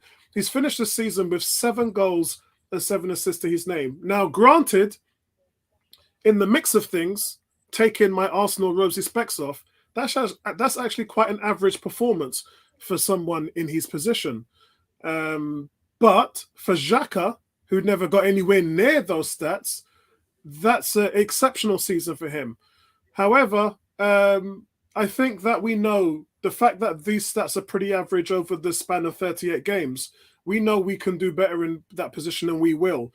Take, for instance, Smith Rowe, halfway through a season, scored 10 goals, double digits. That was halfway through last season. So I think what we're looking at is the the levels that are expected from a potential number 8 in the coming season. But let's not take away from the fact that Xhaka came in and did a job there when nobody really thought he could. Has never played the number 8 role before. So, yeah, I'm going to give him a 7.5 for that. Martin Odegaard, it's really a 10, but I don't give anybody 10s. I really give them out. Really ever give them out. Maybe if we won the title, I would have started handing out 10s. But Martin Odegaard, 9.5, and which is my highest rank. What can I say? He's my favorite player. He's a leader on the team. He's the most inspirational player. Unlike, I know fans like to call other players leaders when they're not, because you have to keep a cool head when you're a leader, and you have to lead by example. And threatening the goalkeeper, the referee to send you off with red cards, rash tackles, all those different things. That's not leadership, in my opinion. But this guy is so cool under pressure in every instance. He turns around and communicates with the fans, throws his hands up in the air. He grabs the games by the scruff of the neck and pulls us forward. We haven't had a player like him since probably Patrick Vieira. That's how long it's been since we've had a player this inspirational. And he's only 24 years old. So much authority on and off the pitch. And he scored more goals than any midfielder in the Premier League this season. He's even tied Cesc Fabregas's record of 15 goals. He is exceptional. BBC voted him the second best player in the league behind Haaland. Yeah, let me say that to Arsenal fans, because I know you guys are going to run to the website and vote Saka as a player of the season. But on the BBC's player of the season, Saka came third. Odegaard came second and Haaland won.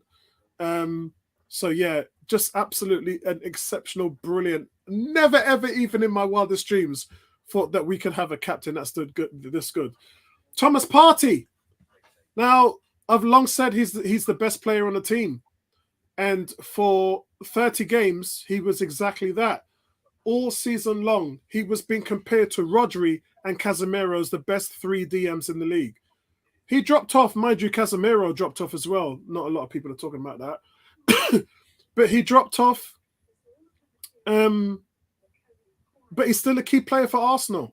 And we've had a lengthy look at Jorginho now. Jorginho started 6 games on the trot. So we've seen what he can do. But he still can't do the things that Thomas Partey can do. And Partey's even a goal threat now as well. And it's clear that the campaign was getting too long for him. And I think that, I have said this before, guys, I think that Partey was just overplayed by the season. He'd never played in this amount of games before in his career. He's 30 years old. And he's never played this amount of football before in his career. So that just got to tell you that, they did a great job in sustaining the injuries, but I think that he lagged out. So they're going to have to take a look at that. Up next is El Nene. El Nene, 2 long-term injuries killed this season. Not much we could say. But what I will say to you guys is, because I'm a big El Nene fan, El Nene started 4 games and came off the bench in another 4 games. Do you know what his rating was for those 4 games? A 7, an 8, an 8, and a 6.5. Yeah, he even had a goal in the FA Cup. I think it was a 3rd round or 4th round. So yeah, I'm going to give him a 6.5. Smith Rowe, I'm going to give a 5. Now, sorry, let's go to let's carry on with Smith Rowe. Smith Rowe, going to give a 5. Arsenal's second high scorer last season, but he didn't start a single match in any competition this season, not one, and had to wait 5.5 months for his return. He's been riding the bench and playing second fiddle to Vieira. So Arteta yesterday said he's not selling him, so he's staying. But he'll need a solid pre-season to be effective, in my opinion. If he wants to shine next season, he has to put those minutes in on the field and get that sharpness back. And the reason why I think he's going to be a star next season is because this is exactly what happened to Martinelli in 2021. And look how Martinelli bounced back. Martinelli had injuries after injuries after injuries, only scored 2 goals that year, and look how he came back. Yeah, leading goal scorer. So I think Smith Rowe's going to be all right. Fabio Vieira, boy, I'm a fan. I'm not going to hide it. I'm a fan. I've been following for quite a while, actually. I'm a big fan. But this was a tough debut for him. He showed a lot of flashes. He had 3 starts this season, scored a goal, had 2 assists, but he couldn't kind of replicate that. He had 19 appearances coming off the bench, and he didn't have that spark off the bench. He was missing that. And I think being on the bench for so long might have hurt his confidence as well. So he's going to have to prove himself next season. He's got a big role to play. So they're going to have to work his way through that. Gary, you got the conch. Yeah, so much like our friend Mr. Tony Cox, I was a bit underwhelmed with the Jorginho signing. But since the guy's come into the team, you can't fault him. He organises everyone around him. You know, truly good player to have in and around the squad. Bags of experience. Been more than happy with his contribution. So I'm going to give him an 8. Xhaka, I think he's had a fantastic season. You know, scoring goals, assisting, you know, generally doing Xhaka things, supporting the team as he does as the unofficial captain. I know you don't like that terminology, but that's kind of what the guy is. I actually think he was my most improved player this year. I think I gave him my most improved player. So I'm going to give Xhaka an 8.5. I just think, and I'd be sorry to see him go, to be honest.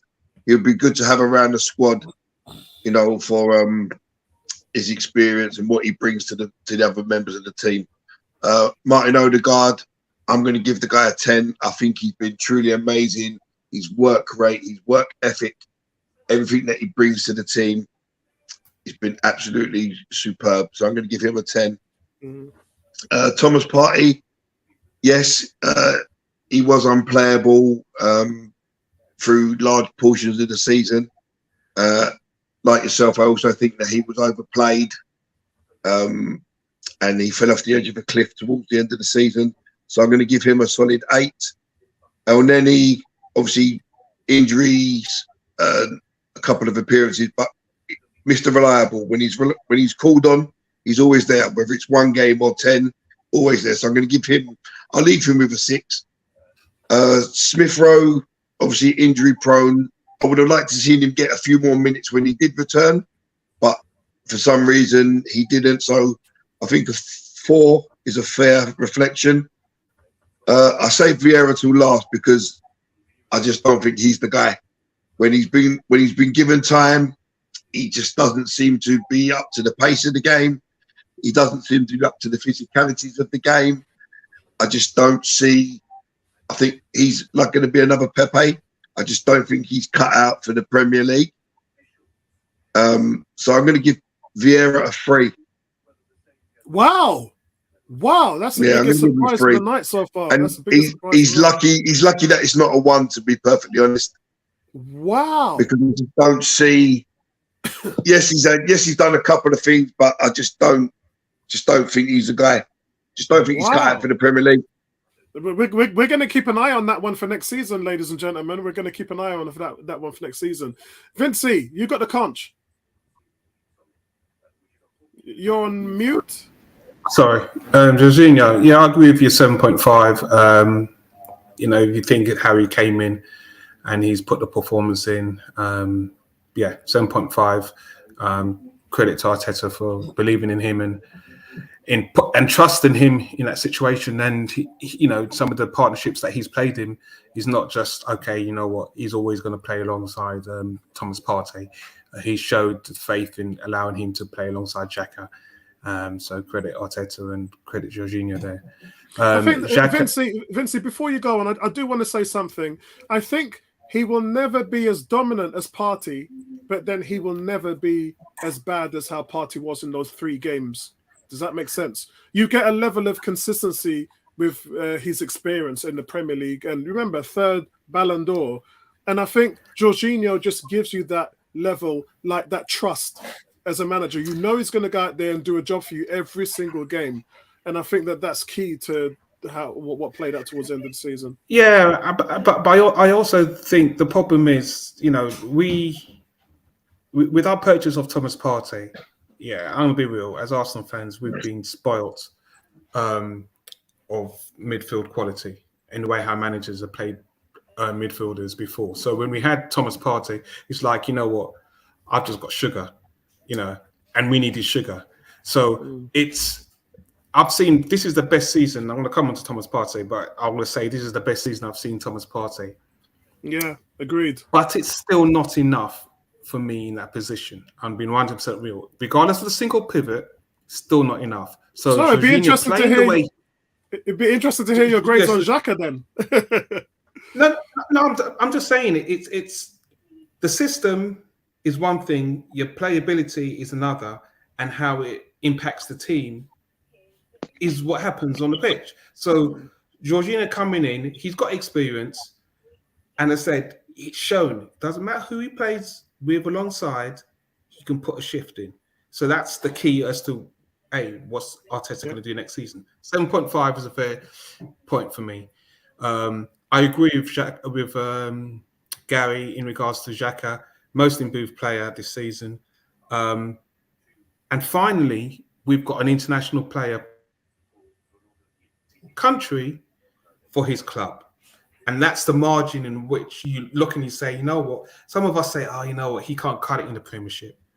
This guy plays international football better than he does for Arsenal. And this season, we were blessed to see him actually playing decent and above decent football for Arsenal as well as club.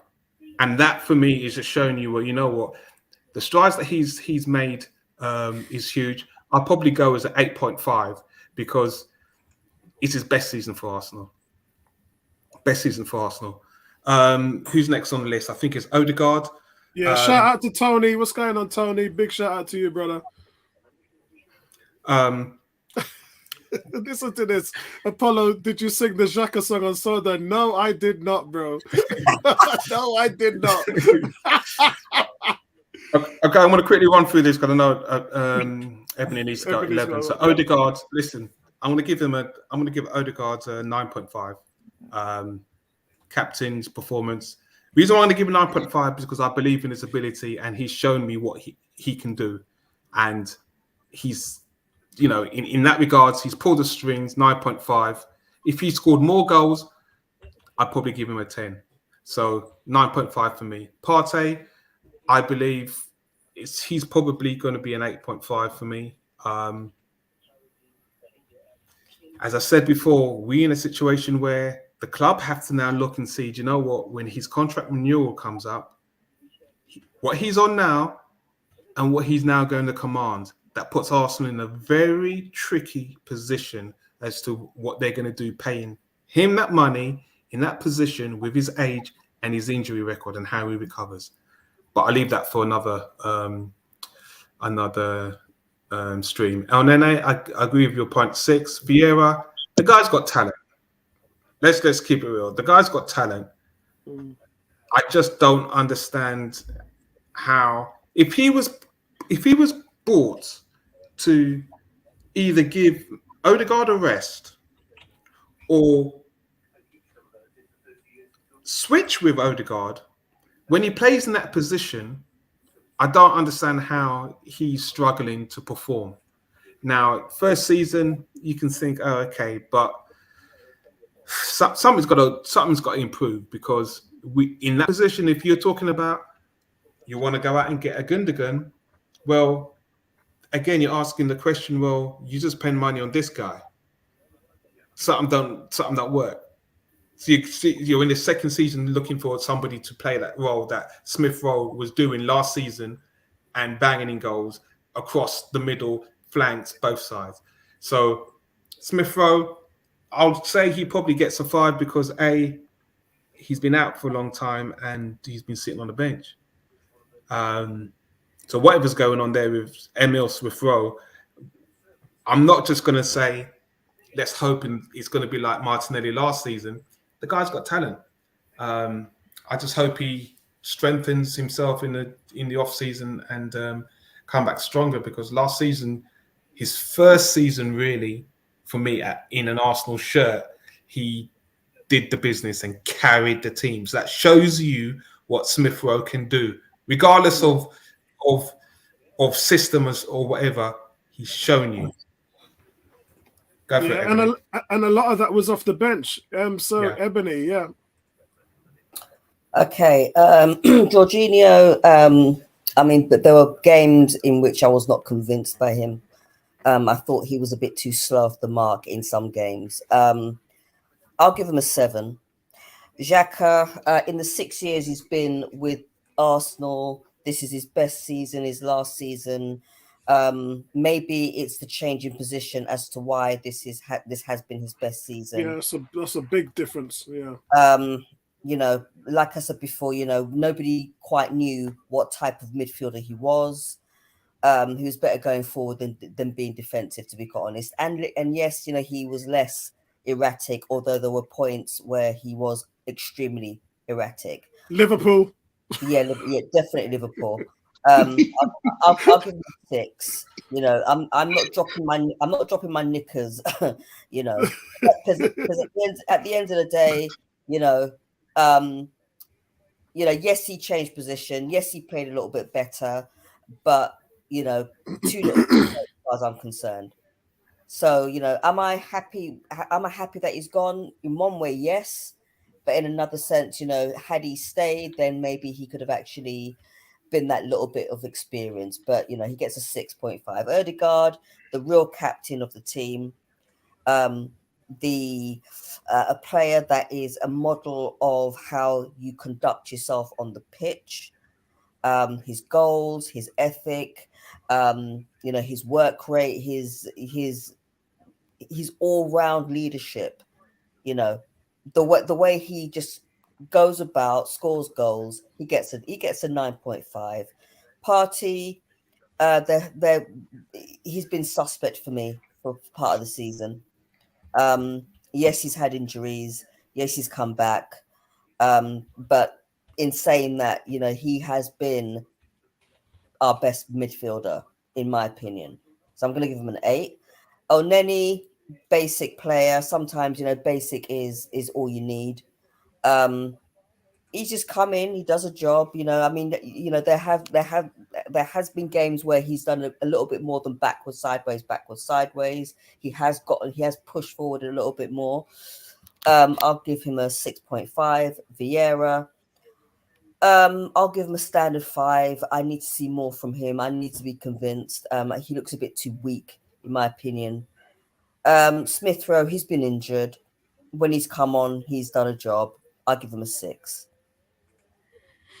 Right, guys. So we're going to move on to our last section, and then we're going to do the awards after this. I think Ebony might have sent hers on the forum. I'm going to read the forum ones as well. So strikers. Before that, shout out to Tony that's in the house.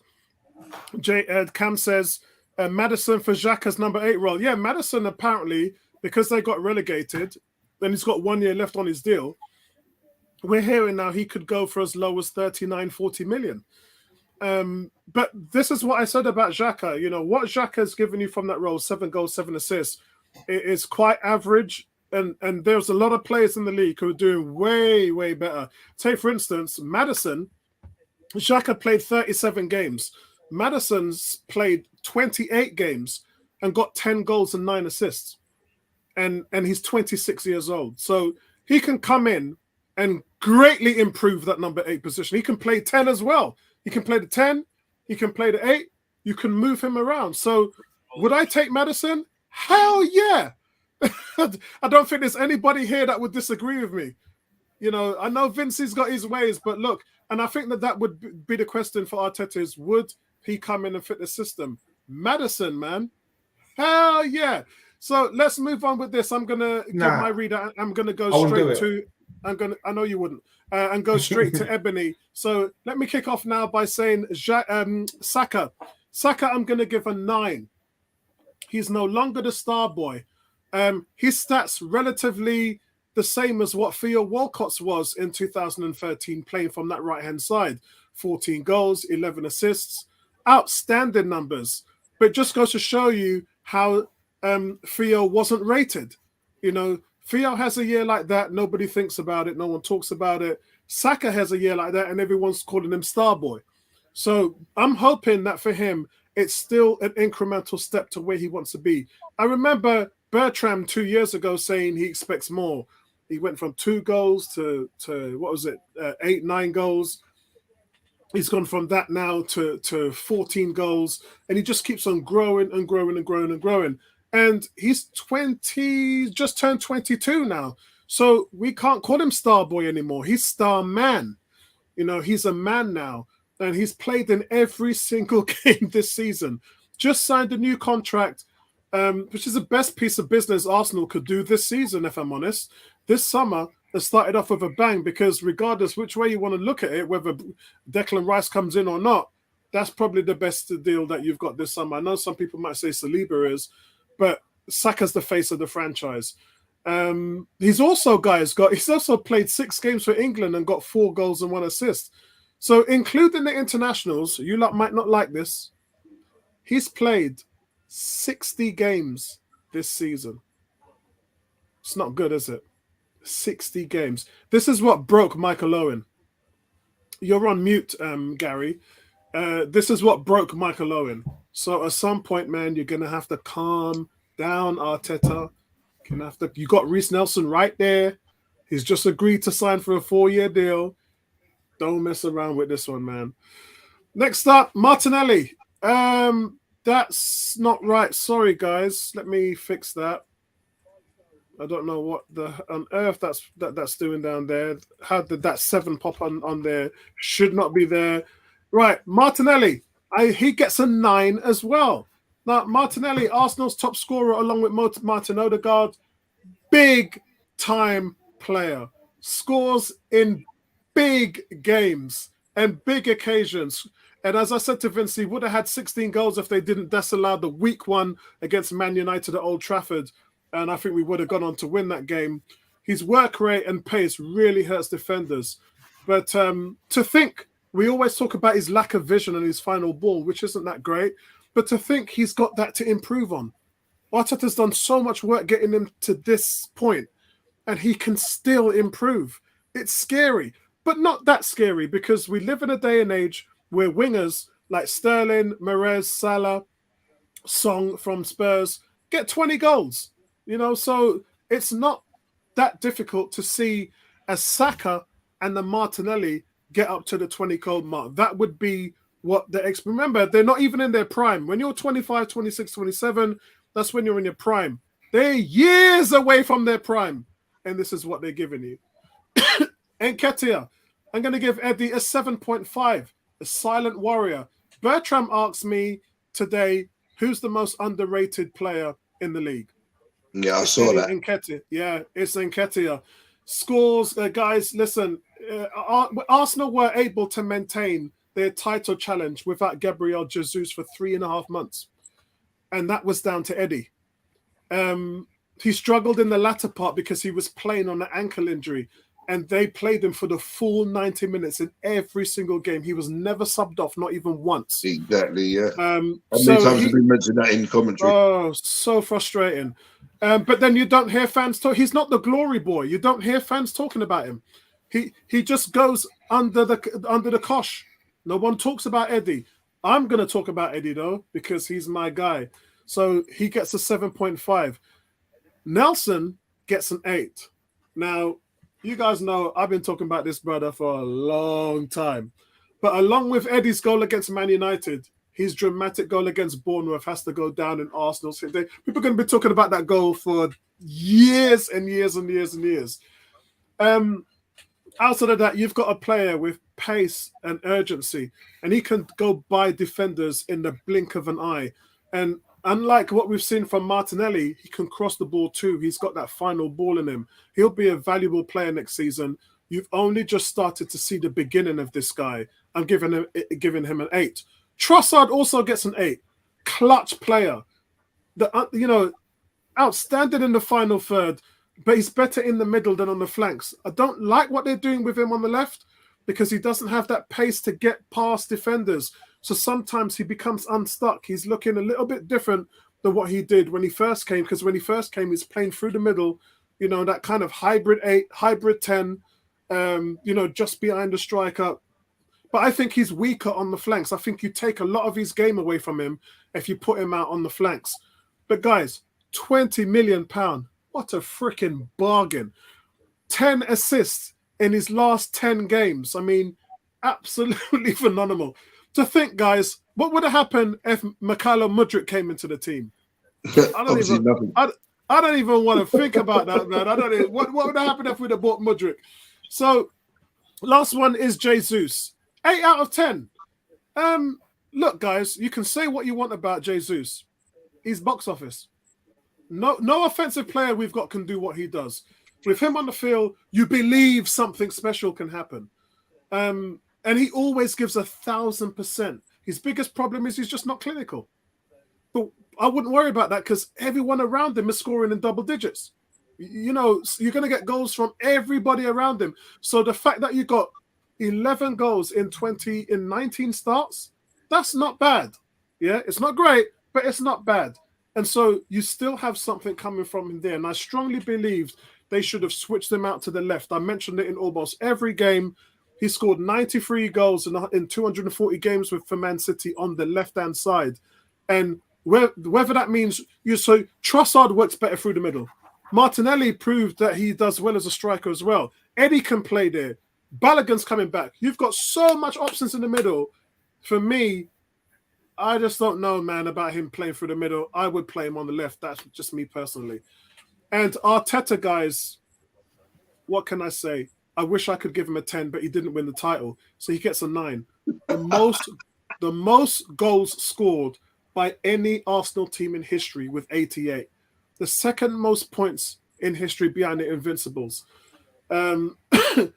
Dealing with a defense that's been ravaged. In the last 2 seasons, by the way, guys, he's finished with a defense that has been ripped by injuries.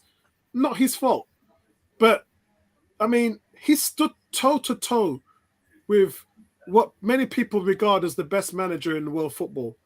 He did that in his 3rd year. In his 3rd year, he stood toe-to-toe with Man City. The lack of rotation and inexperience really hurt him. I take that. I get it. I agree with it. But he got all the massive calls previously before that. You know, the Ozil, the Aubameyang, and all that stuff. He got all those calls right. He got it right. And Arteta has moved Arsenal into the upper echelon of world football. You can daggle your fingers all you want, but that's exactly what he's done. He's moved us right into the barrier of the upper echelon of teams in world football.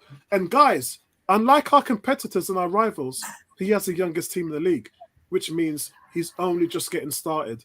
And I've always gone back to talk about Leicester when they sold 7 players after they won the title. And you know, it just was never going to happen for them again. Arteta is just getting started. And so I really appreciate that. Let's go to Ebony because she's on the clock. All right, Saka, he gets a 9. I mean, there were times this season he dropped off, and I will put that down to fatigue, not his fault. It's down to the fact that we don't have a great rotation, and I'd blame Arteta for that. But he scored some great goals. He's been important for us, so I'm going to give him a 9. Martinelli, again, you know, I think every defender is scared of him. You know, and also about Saka as well. Saka's one of those players whereby you have to have about 2 or 3 players around him. That's how quick he is. That's how strong he is. Martinelli, quick, fast. All right, he's not as clinical as we'd like him to be, but you know, when he is on his game, he's actually quite frightening. So he gets a 9. Eddie Nketiah, nobody has stuck up for this man, than I have. In the private chats that we've had, I have stuck up for this man. The amount of times I said on the forum. You did. Page, you know, give this man a chance. Okay, he can do what he is capable. And lots of people, I'll get rid of him. He's rubbish, and you know, he's not an Arsenal player. And what happens? What happens when Jesus gets injured? He comes in and he scores how many goals in his absence? I've said it. He scored 4 goals in 9 starts in his absence. There you go. There you go. So, at the end of the day, I'm going to give him an 8.5 because he's come in and he's shut a lot of people up. I don't care what people say. I've stuck up for this. I've stuck up for him. Give him a chance. Let us all see what he can do. And by the way, guys, in Jesus' last 10 games, he didn't score a single goal. Yeah, there you go. There you go. So as far as I'm concerned, Nketiah gets an 8.5. Nelson, we need to keep this boy. We need to keep him. And I know a lot of Arsenal fans don't really like him, but at the end of the day, that goal that he scored against Bournemouth, wow, you can't forget that. I don't know how many yards that was, but it was a screamer. And I'm not saying just keep him for that, but he is another player that's capable of doing what he needs to do. And as I keep saying, we need to have numbers. We need to have, a rotation system, more of a rotation system, which we don't have.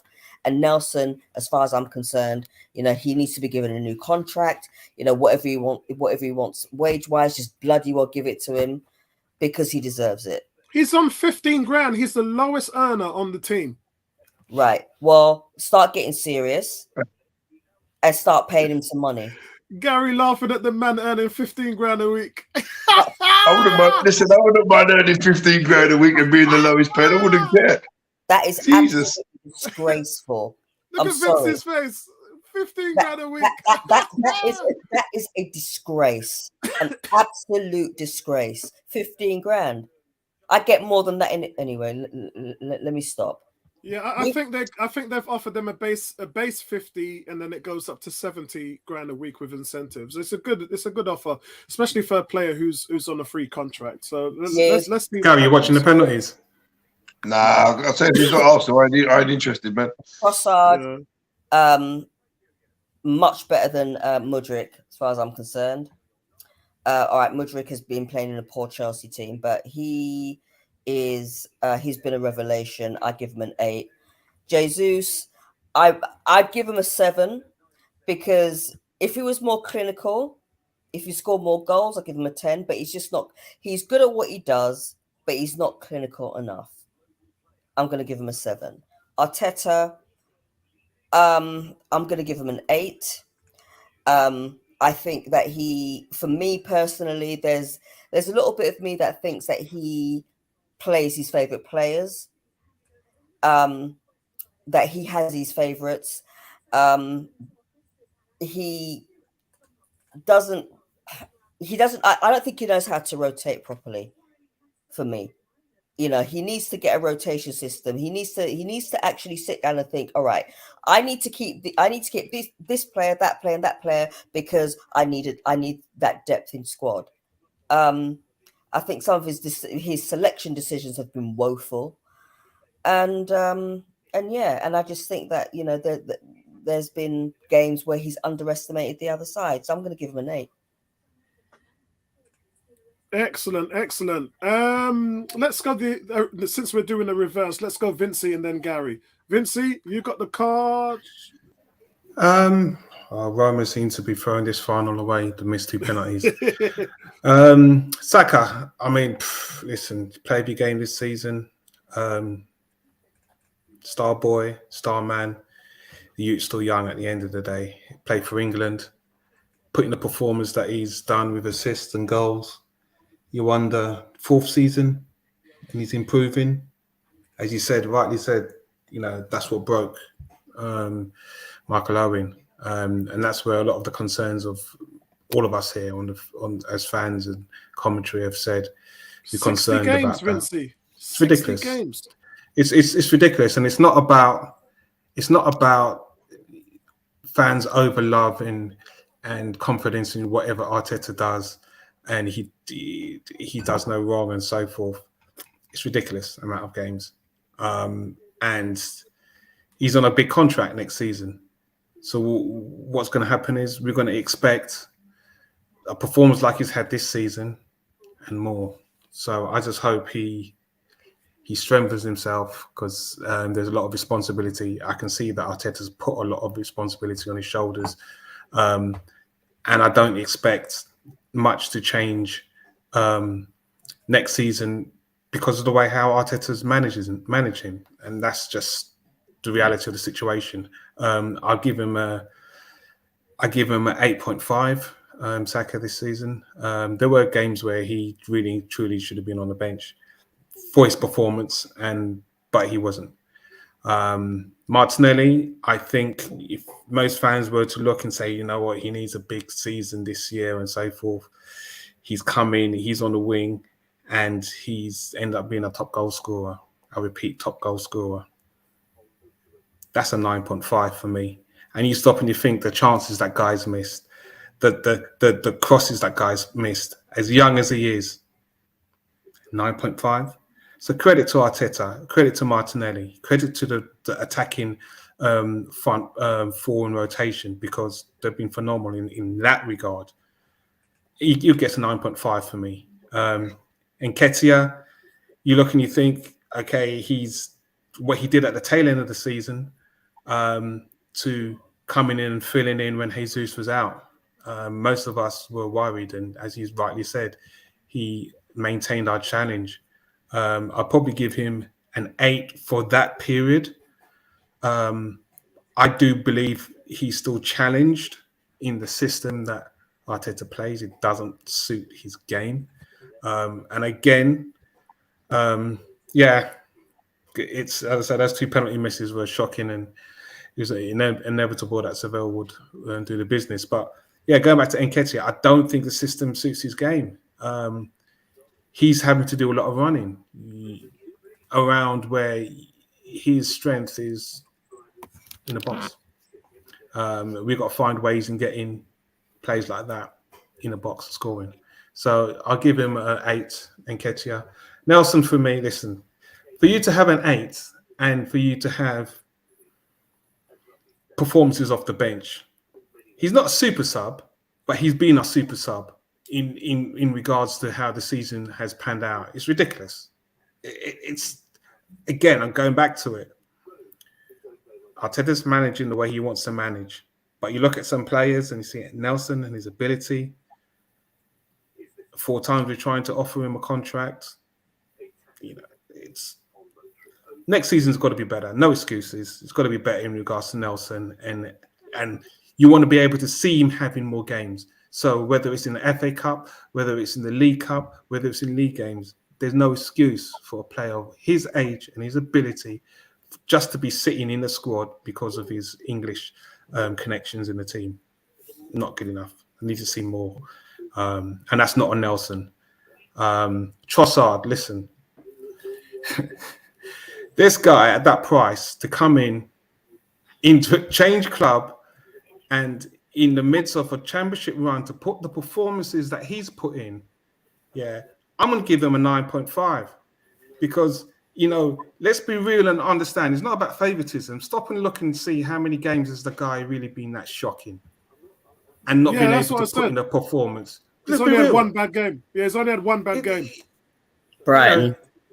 You know, the guy has change club and he's still putting in performances. And again, this was another guy. He was bought in January and was sitting on the bench. Okay, let's be real. Why we bottled it. What some fans have been saying is because we've had players who were performing on the bench. No excuse. No excuse for that. And you bought him in January. So, huge respect to you, Trossard. You got a 9.5 from me. Wow. Jesus. Listen. When I went like this, and when you said, Apollo, about Arteta making and he got things right, he created a problem. And he solved the problem. And he went out and bought Jesus, and Martinelli's a top goal scorer. So, how many games was Jesus not scoring? 9. And then he went out injured. 10 games. But this is the same guy that we all said probably at 18 goals, probably go 18 because he can score. The problem is he's doing too much work in the midfield, too much work on the flanks. You got to ask yourself, why is that? Not because he doesn't have the ability. He's shown that he's a fighter.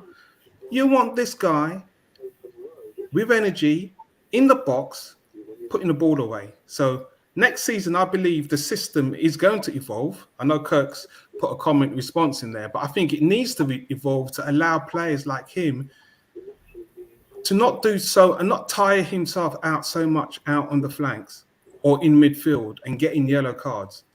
I need this guy. If you're a striker, I need goals from you. And I know you said that it's not so much to be a worry that there's goals around.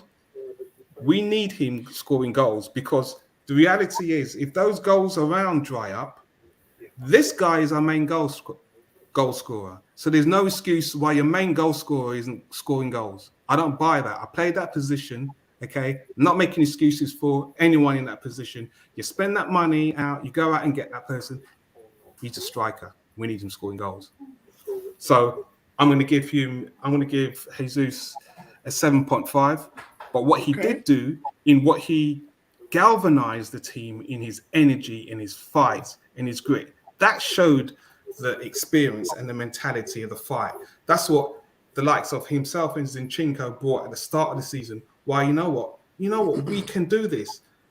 Again, it's not about going up against, there's Man City, blah, blah, blah. You're coming in and you're putting in a performance. That's what I want. You don't win games just by turning up. You don't win games by just having the Arsenal badge on your shirt. You got to go in and put in a performance. And he fought. Zinchenko fought. And that's why we started the way we started this season. Arteta, I'm going to thank you for what you've done this season because I'd never thought that I'd experience some of the highs of watching us play certain games and performance in the way we did, going to the stadium and experiencing the atmosphere that the young fans now have brought to the Emirates and the experience. And the start was phenomenal, out of this world. So I'm going to be huge respect to Arteta for that. Best start in Premier League history. Yeah, and to Edu as well for the partnership that they've done. Where I do have issues with Arteta is his rotation, his management in some situations. We all do, Vincent. Everybody. But it's something that a lot of people hide away from because it's this process. Listen, every game's a process. Yeah, you've got 90 minutes. Yeah, it's a game. You're going to go up against the team who are former champions or were champions who've got a bigger squad. All of those things are given. They're not excuses to turn around and say, you know what, you can't go out there and put a performance in. Because when teams lower than you go to those same teams and put a performance, we as fans start looking and saying, why can't we put a performance in? I keep on saying a performance. So for me, Arteta, I'm going to give you 8.5. And that's not to take away from the phenomenal season and the platform that you've done in these 3 years that you've been there. Next season is going to be huge because teams are going to be looking at us now. Yeah. And it's not just about getting bums on seats. We're going to have to now showing, you know what, that fight that we've put in certain games where we've had to claw back and sometimes get a result or win away from home. You're going to have to do that for longer periods next season. So, you know what I mean? Regroup, come back again stronger. So before I go to Gary, Cam says, Vincey, the system has evolved. Eddie's games, he's so much better in link play now. Balogun has to learn that. Balogun's link play is average, not at Eddie's level yet. And then big shout out to Mark Clark. Good to see you, Mark. Mark says Jesus was out for a long time. He stays fit, and it's a different story. I'm glad you said that because I looked at the goals. Martinelli played 35 games, scored 15 goals and had 5 assists. So that's 20 goals he had in 35 games. Jesus played 24 games. So he played 10, 11 games less than Martinelli because he was out for 3 months, right? And he had 11 goals and 6 assists. So he had 17 goal inputs. So he played 11 games less and had just 3 less goals input. So by all accounts, Jesus was the most impactful player by percentage. So I think we're going to have to, work this through next season, because me and Vinci have brought up a lot of points in terms of positional. I mean, honestly, I prefer Martinelli to go through the middle, and I'd prefer Jesus to go out on the left. They'll still give you the same thing, but for me, it would be less square peg and round holes, because I just think Arteta has been doing that lately. Even when he put Eddie on the left and he put Jesus up front, I was like, huh? And we were all sitting here. I remember speaking to Bertram and Tony, and I was like, why is he doing this? Like, Eddie is a striker. Play him at the striker. Jesus, yeah, I know you're playing him at the striker, and he's had moderate success. But all of his success came from the left-hand side at Man City. So I just felt that there was things that Arteta probably was trying to force too much into the system last season. Kurt says, I have a feeling that we're not going to sign one, but I feel we need a big-time striker, someone who'll get you over 25 goals. The only person who's probably going to do that right now is Victor Osimhen, and you'd need 150 million just to get into the discussion. I don't know about Vlahovic. There's conversations and rumors that Juventus want to sell him after 1 season of paying 76 million for him. I don't know how that works. Kurt says, shame we did not get Isak last year. Yeah, didn't me and Neo Miss tell you though? Me and Neo Miss was telling you for years. Straight after the World Cup, we said Alexander Isak, and people going, yeah, we said the same thing about Gakpo. Anyway, I move on. Bertram said Arteta is a systems coach.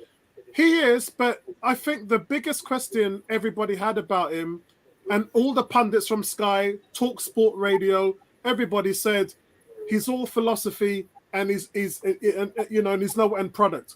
And I think Arteta has proved that he's able to get that done as well. He's not just a guy who's a systems and philosophies. He can actually implement that and make it work. So, so that's it.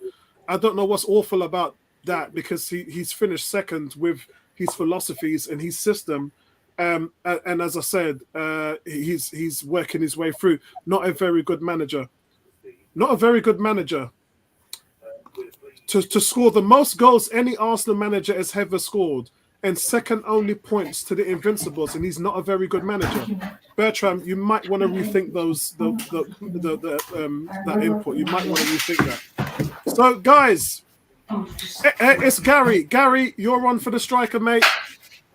Yeah, so Bukayo Saka, I think he's had an excellent season. I think he's been extremely overplayed, and I just don't understand why he's been carrying an injury apparently for the last so long, but he's still played. Even when we had nothing to play for over the last couple of games, he's still played, still been played by Arteta.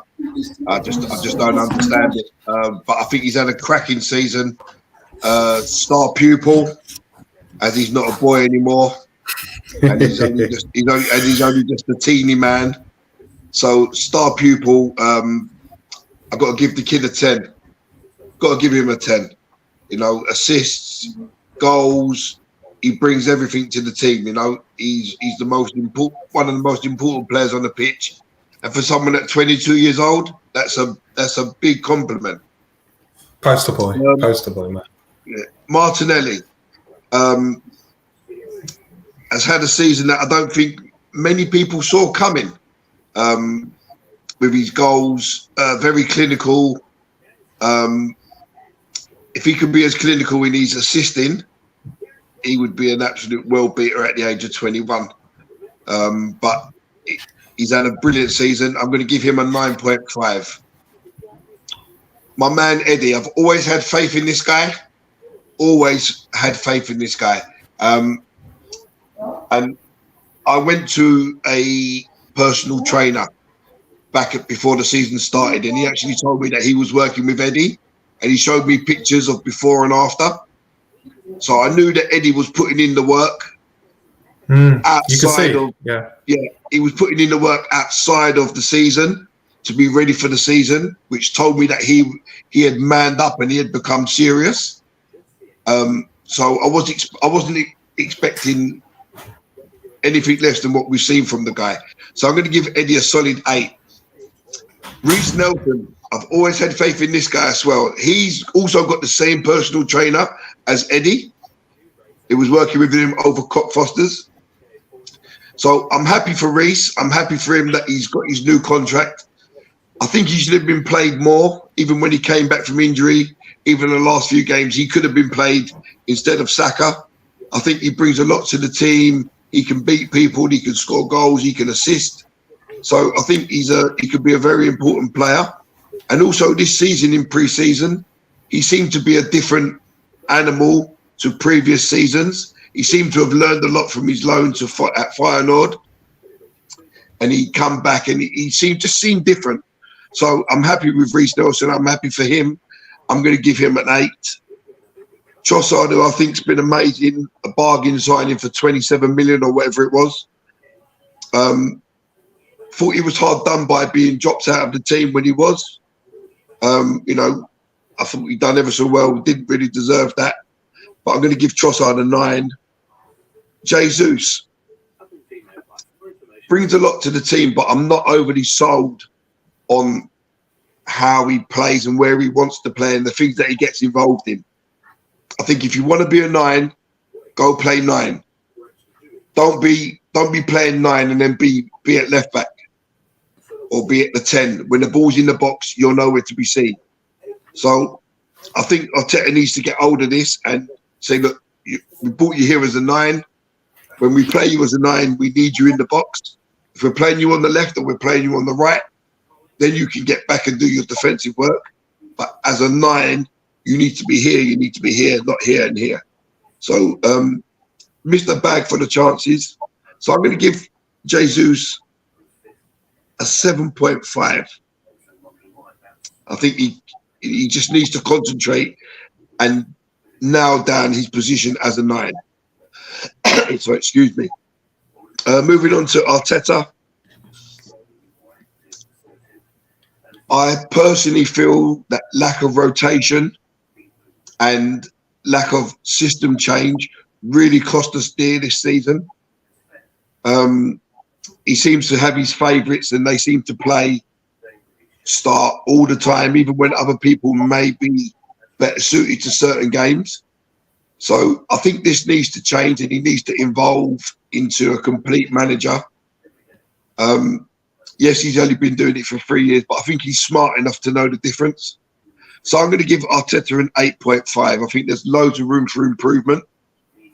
And he needs just to get a hold of this squad rotation. Like Saka, 60 games. I mean, that's bordering on ridiculous. When you've got other players there that can slot in. He played them against Leeds when he wasn't well. That didn't need to happen. So 8.5 for Arteta. You're on mute. No, me? No, I'm not. No, that's me. Apollo. Right, so guys, let's get over to get these votes out of the way, and then we can sign off for tonight. And I want to thank everybody for all of their input. So let's get these votes up and see what's going on here. Here we go. Right, here we go. Right, so guys, categories. Let's get rid of this.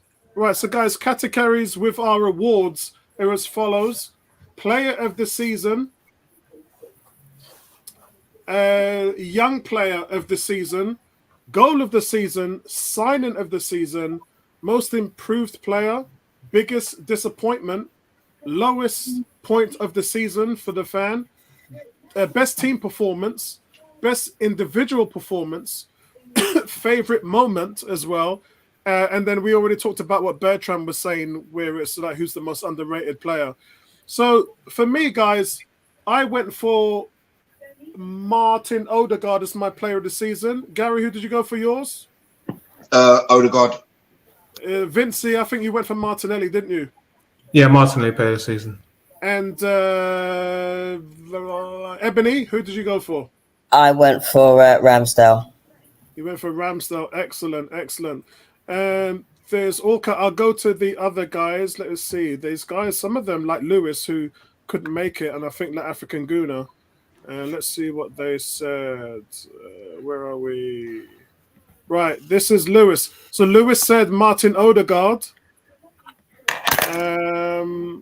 I think the African Guna left these. Yes, he did. He said Gabriel Martinelli. I don't think Bertram. Bertram didn't leave these for some strange reason. Yeah, Bertram didn't leave these. Okay. Young player of the season, I went for Saka. So did I. Gary? I think I gave it to Martinelli. I can't remember. I'm just trying to pull up my list. Hold on. Yeah, I kind of got your list at the moment. Vincey? Young player, I went for Saliba. No, sorry, I went for Saliba as well. Sorry, Vince. Yeah, I went for Saliba. Good. Excellent. A young player. Apollo, I'm just going to put my comments in the private chat. Okay. Yeah, no problem, mate. Headache. I just need to lie down for a little That's bit. all right. So I'm just going to put it in the chat. That's all right. We got you, bro. We got you. Lewis said Saliba as well. La African Guna said Saliba as well. Wow. Okay. It's no surprise there, man, because he was such a stud this season. And then goal of the season, I went for Nelson against Bournemouth. I don't think anybody disagreed with that. Lewis agreed with that. So did the African Guna. Gary? Yeah, same. Ebony? Yep, exactly the same. And yeah, you listen, man. That was just such a crazy goal. And Vincey said the same thing as well. Bournemouth, goal of the season. Oh no, I think is it Saliba? I think he said Saliba. Yeah. Young player of the Saliba. Yeah. So I got that. And we are on the signing of the season. I said Zinchenko. Ebony, what did you say? Trossard. Lewis said Zinchenko. The African Guna said Zinchenko as well. What did you say, Gary? He's gone. Oh, right. That means I've got to bring him. Hold on a second. Yeah, there you go, Gary. Damn phone, man. Signing of the season, Gary. I can't hear you. Signing of the season. Signing of the season, I gave to Trossard. Excellent. We see Kurt was saying that he's player of the season is Saliba. Player of the season, Saka, Tony said it was Saka. Young player of the season, Tony said Saliba. And Kurt said Saka as well. So we move on to most improved player. I went for Gabriel as the most improved player. So did Lewis. And La African Guna went for Granit Xhaka. Who was your most improved player, Ebony? Dare I say it's going to be Xhaka. And Gary, most improved player? Yeah, Xhaka. Most improved player is Xhaka, and so did Tony. Tony said Xhaka as well. Also, Kurt said the top signing was Trossard. And he says most improved player was Xhaka as well. So, yeah, Xhaka. And look, man, when you go from scoring 1 goal or 1 assist or 2 a season to 7 goals, 7 assists, that's definitely improvement there. So, yeah, shout out to that. Who was your biggest disappointment? Now, this is probably going to draw a lot of criticism and varied results. I said Tomiyasu. Let's have a look. Lewis said Rob Holding. Agreed. And La African Guna said Fabio Vieira and Rob Holding. Ebony, who was yours? Holding. Ebony, like a dog with a bone, you know, she ain't gonna let that go. Yeah, I don't know whether they'll sell him. They might sell him this summer. Gary, what about you? They're gonna have to. Fabio Vieira. Yeah, that's probably the consensus now. Tony, what about you, man? Kurt, what about you? Who was your most disappointing player this season? It'd be good to hear what you guys think of that. It's a strange one because, like I said, I mean, you could see the talent there, but you know, Kaz just said Fabio as well. Yeah, it's a tough one, man. It's a tough one. It's a tough one. Hurtful, but a tough one. Next question, guys, in the awards is, what was the lowest point of the season? For me, by the way, Tony says most disappointed in Smith Rowe. The lowest point of the season, and this is probably going to be varied. Some people might say Liverpool. I went for Brighton because you know, we had this energy at home. Like no team had ever run us at home like that outside of Man City. And Brighton just came in and we didn't even look like we were interested. It was just like, what even happened in that game? 3-0. Terrible. Just who was it that came to the game with me? Me. Yeah, Gary, man. I just don't know what on earth happened. Imagine, and I can imagine how much money you paid as well. Don't even remind me, Ebony. And so the lowest point of the season, Lewis said, was West Ham away. That was when Saka missed the penalty. And the African Guna said his lowest point was West Ham. It was West Ham, yeah, Brighton and Southampton. But it started with really, because Liverpool was a draw. Like, teams don't go to Anfield and come out with anything. So the fact that we got a draw, I was like, well, you know, no one's been able to get a result there outside of one team this season. So the fact that we brought them to the brink, then yeah, I'll settle with that. But then after that, it just capitulated. Tony said the worst moment was Southampton. Oh, that was dreadful, man. Southampton game, 3-1 down. Terrible. Oh, I think Ebony was at that game. Oh, yeah, and I wanted to walk out. When we went 2-0 down, I was ready to walk. She did. Oh Lord. And Kurt says the lowest point was hearing the VAR man forgot to draw the lines at Brentford. Yeah. Oh, yeah. What on earth was that about? You just took 2 points away from us. Gary, what was your lowest point of the season? I think it was the draws against West Ham and Southampton, to be honest. I thought we was in strong position against West Ham. We should never have thrown that away. And against Southampton, bottom of the table, you got to be turning them over if you want to challenge for leagues and stuff. I think that was it for me. So this is the one that's going to draw different lyrics now. The best individual performance, and there could only be one for me. Aaron Ramsdale at Anfield, 9 saves. It was almost like Salah and them man just gave up after a while because they were never going to get anything going. Lewis actually agreed, did he? Let me just check. Oh no, Lewis said Newcastle away was his best. No, I'm talking about individual performance. All right, hold on a second. Best team performance. Yeah, no, the best individual performance. So that's a strange one because, I'm not sure which player he was talking about there. So let me go into the African Guna. The African Guna was Trossard, 3 assists in his first appearance. Yeah, that was something. That was. Ebony. Okay. The lowest point of the season for me is this is the best individual performance. I didn't get to give my lowest point. Oh, okay. All right, go on. All right, so my lowest point was not winning the league / the draws in the business end of the season. I know you said 1, but I'm going to go for 2. Best team performance at Newcastle. Best individual performance was Ramsdale's heroic saves.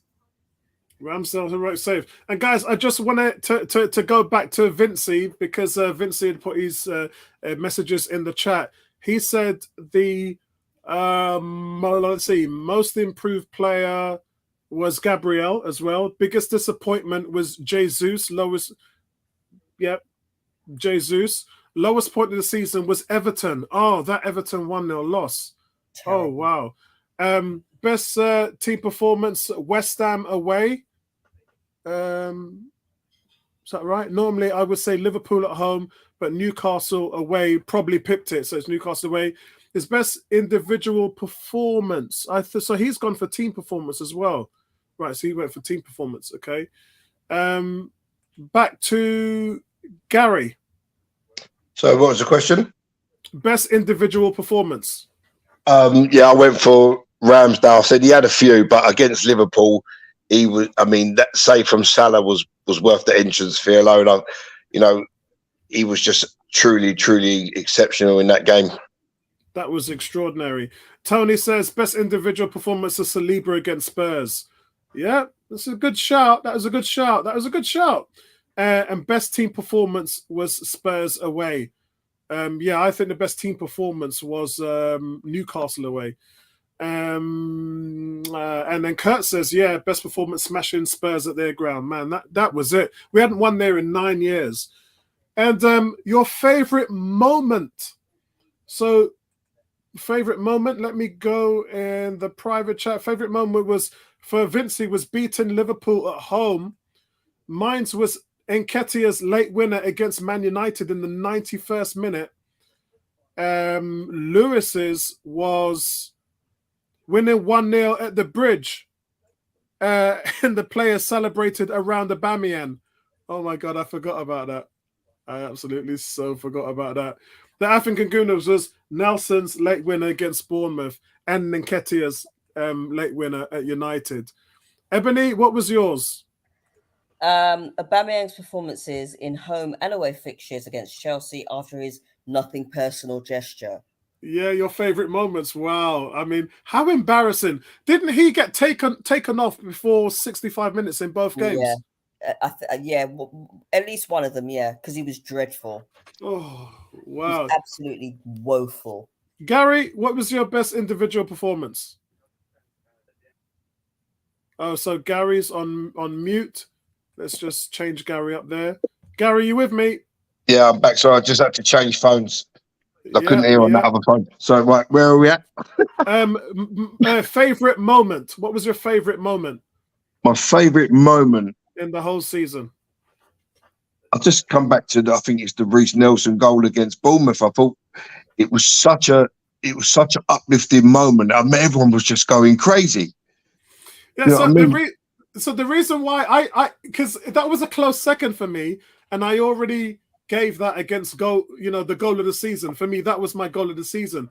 But I think the Nketiah winner at Man United, by the way, were just behind us in terms of I think they were 6 points adrift. And had they had won, they would have been, is that right? No, United was 8 points adrift, just behind Man City. So Man City was 5 points behind.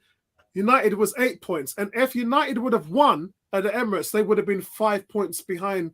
And then, so that was a huge game. That was that was the game that you said, yes, Arsenal have a chance, because you see, United was playing so well that season, at that point. Obviously, they tailed off. But that goal was, at the time, against United, was just ridiculous, man. Yeah, Thomas Partey Spurs, big time. So, yeah, Gary, I hear you, man. I feel you. I feel you, man. So, guys, if you want to check out what everybody says on the forum, I don't have the lung capacity to read all of them out. But, but yeah, there's a lot of guys who have given their votes and their choices. So head over to the forum and check them all out. As I said, I haven't got the lung capacity to do all of that. There's a lot down there, and it's just some brilliant ones, some brilliant choices, and pretty much saying what we've been saying as a whole. So, guys, listen, that's it from us for tonight. It's 11:37. I want to thank you guys from us. We are going to try and keep you busy throughout the off season. I'll be doing transfers. I'll try to mix it up. When I did transfers in January, it was kind of every 2 days. because I don't want to spend every day talking about the same thing. So I think I'll keep that up and do transfers every 2 days, and then we'll see where we can go. But thank you, Ebony, for your time. Thank you very much, Vincey, Okay. and thank you. Drop me off, and thank you, Gary. And again, I want to thank all of you guys want to thank you all of you guys for the efforts on the channel this year. But yeah, we go into the silly season, and that's why Tony said we can drop me off, because Tony hates transfers. And Tony says he's in LA for the Barcelona game. So that's going to, Tony might give us some good coverage from out there. That would be nice. So listen, guys, yeah, here comes the silly season. Summer's coming, and here comes the madness. Get ready for the crazy. Let's see who's going to be bought and who's going to be sold. Yeah, let's get ready for the crazies, man. Time, all right, time will tell, guys. Thanks, everybody. Good night, everybody, man. And listen, thank you for this season. Blessings to everybody, man. Peace out, everyone. Thank you very much. Good night, everyone. See you later, guys.